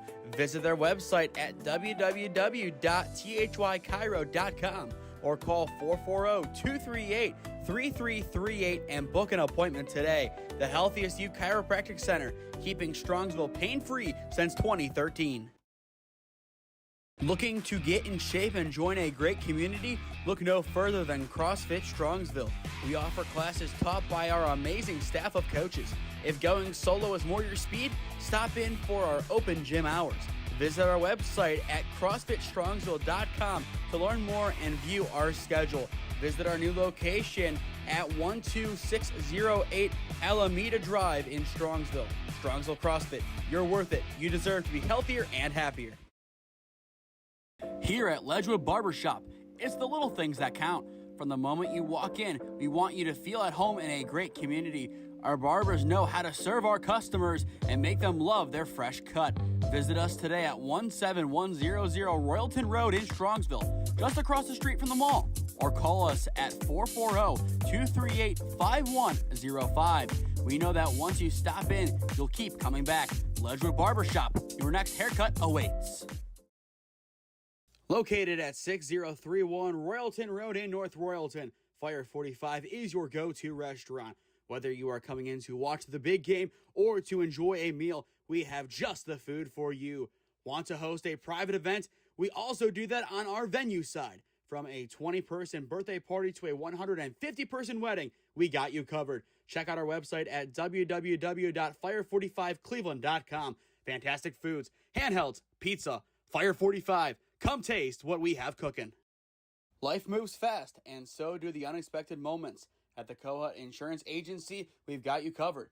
Whether it's auto, home, renters, or something else, our goal is simple: to protect what matters most to you while saving you time and money. With personalized service and the power of many trusted carriers, we'll find the right coverage for you at the right price. Peace of mind shouldn't be complicated.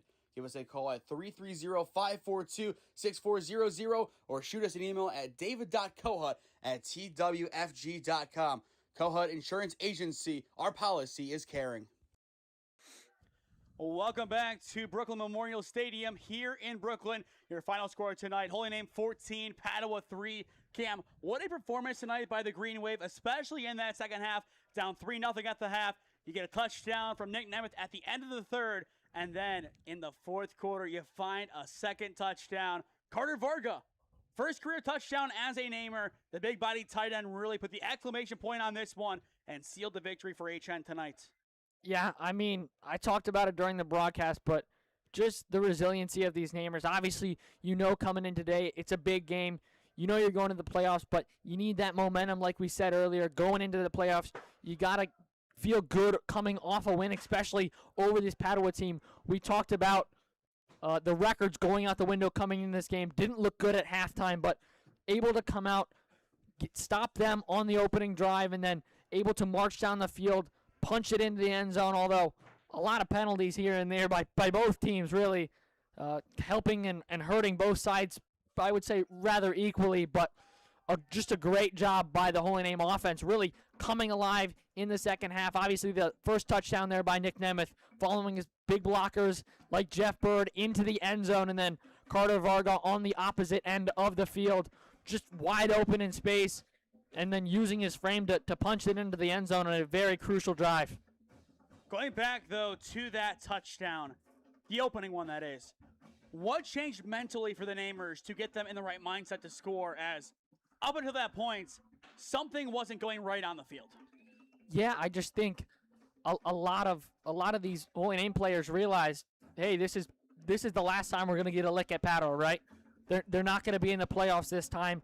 We need to make this count. We need to make this drive count. We have to show them that we are still in this ball game, and they really went down the field and showed them they pretty much physically dominated them on the line of scrimmage. A lot of huge run plays on that drive, as well as especially the big one on the goal line, just physically dominating them and moving and paving a path for Nick Nemeth. And I think now we've drawn it out enough. Your player of the game, presented by CrossFit Strongsville tonight, goes to a lineman. Jeffrey Bird gets player of the game honors tonight. It was his mentality that really helped out the Namers, both offensively and defensively. He was Mr. Whatever you need me to do, coach, I'm going to do. Yeah, man of many hats, pseudo-captain, you can call him, pumping up the crowd on the side of the field after a great defensive stop. Like you said, coming in there on offensive drives, thought he could maybe get the ball, but instead, knows his role, knows that he's got a block, and does it really well. Obviously, you can watch it back on the touchdown run. You can watch it back as well on the other end of the field, too. Just in big plays, he's there. On defense, he's there having that big sack on 3rd and 20, albeit technically ends up as a rush of 0 yards, but still coming up just huge with multiple TFLs, just wreaking havoc on the offensive line, just really showing why he is the player of the game. Let's talk about Padua. First of all, with the guys that are coming back next year, what do you think of these guys as the core? Cervenka, Caban, Grealis, and then that freshman running back who was just tremendous when he got in open space. Yeah, obviously, having that freshman running back, obviously, anytime you get a freshman in the game and he can really produce like that, it's so good to see. Obviously, this is their last game of the season. They knew that coming into today, but having him come into today's game and really produce like he was able to, especially against this good Holy Name defense, is great sign to see. Caban, again, had a couple of mistakes early, as well as that major muff that ended up in a Holy Name touchdown. But again, the play after, the next time he gets his hands on the ball, huge return. So really, like you said during the broadcast, has that baseball mentality, and flushes it away in his mind and goes on to the next play. But like you said, I really think, obviously losing this one definitely hurts, but I think they're bringing back a really good core for next year. I think they're really taking a step forward. Let's talk about the seniors, though. A lot of guys are talking about, obviously, the captains, but Brady DeVore, clearly shaken up at some point in this game. He showed why he's a leader. He stayed in that game. He was great. Best of luck to Brady. He was great. I mean, you talk about a true guy who is unsung because of so many great players in the program over the years. He's had to play with guys like Tyler Tusai, who went Division I, Roderick Love. At one point, Freddie Borky was in there. Also at Mercyhurst. Then you have Nick Barker last year. I think I mentioned Rod already.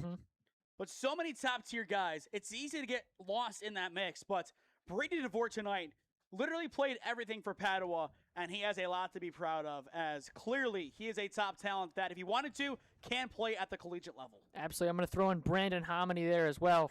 Also went to St. Ambrose. Merge too.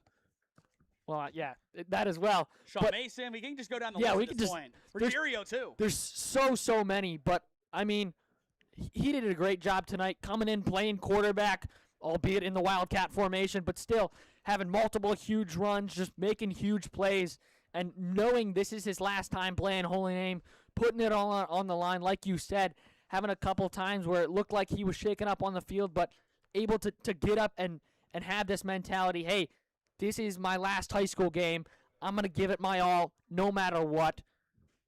And really just like you said, showing why he is a leader on this team and showing why he is such an important part of this team. And it looks like down below, Padua is starting to form a guard of honor for their football players. The cheerleaders all lined up on this side. It looks like the football players now going into the locker room. Their huddle is done. It's always tough to lose your final game. I mean, most players do have that fate. Tonight's a rivalry loss, but this is going to be motivation. You don't have Alliance week 1 next year. They're playing somebody in Stark County. My guess is potentially a fair list. We haven't been told officially who Alliance has week 1 next year.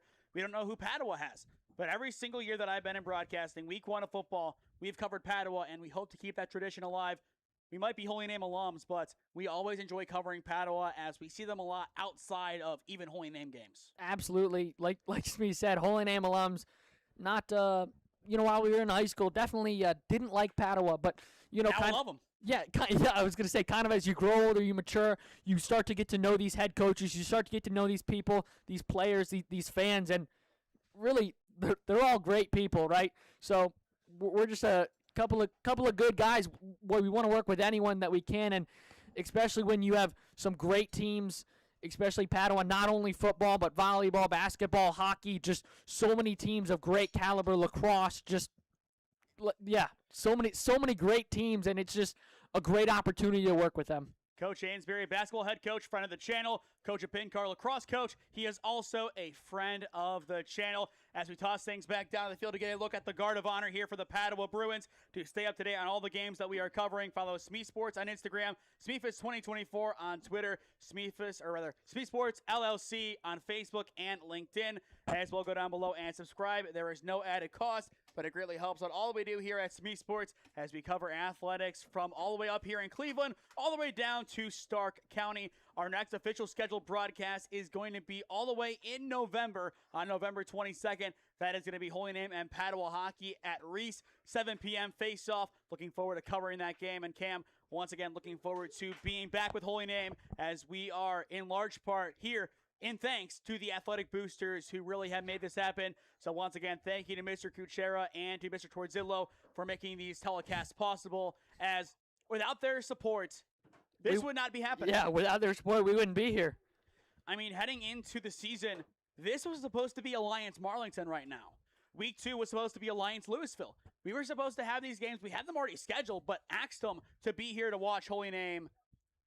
I mean, it was worth it. It was a fun ride this year. We're not going to cover them in the playoffs, unfortunately. Once again, I am now going to be at Alliance for their home playoff game next week, but this is going to do it for our coverage of high school football this year.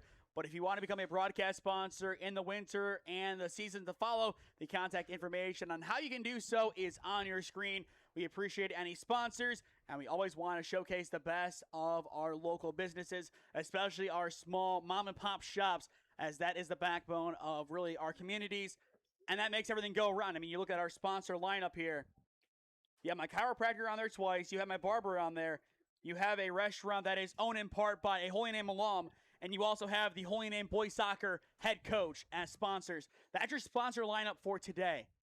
It's small businesses, it's local businesses with a connection. You don't need to be connected to Holy Name to be a sponsor. We want sponsors for Padua games. We want sponsors for Garfield Heights, Warrensville Heights, all of these teams. So if you're interested, contact us, and we will be with you to discuss a deal. But that will do it for us here at Brooklyn. Cam, any closing thoughts on the season? No, I mean, it's just been a great season, been a great opportunity to cover a lot of different teams, albeit I was mainly here for Holy Name games, but still a great opportunity to be able to go out and watch some good high school football. And that will do it for us here. This has been OHSAA Football on SmeeSports, presented by Ledgewood Barbershop. But on a broader scale, this has been the 2025 OHSAA Fall Season on SmeeSports, powered by so many great people.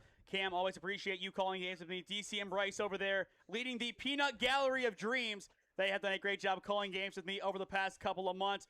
Looking forward to working with them in the next couple of seasons. And now we're going to see them dance in the background. We know that they were doing that in the background of our post-game show.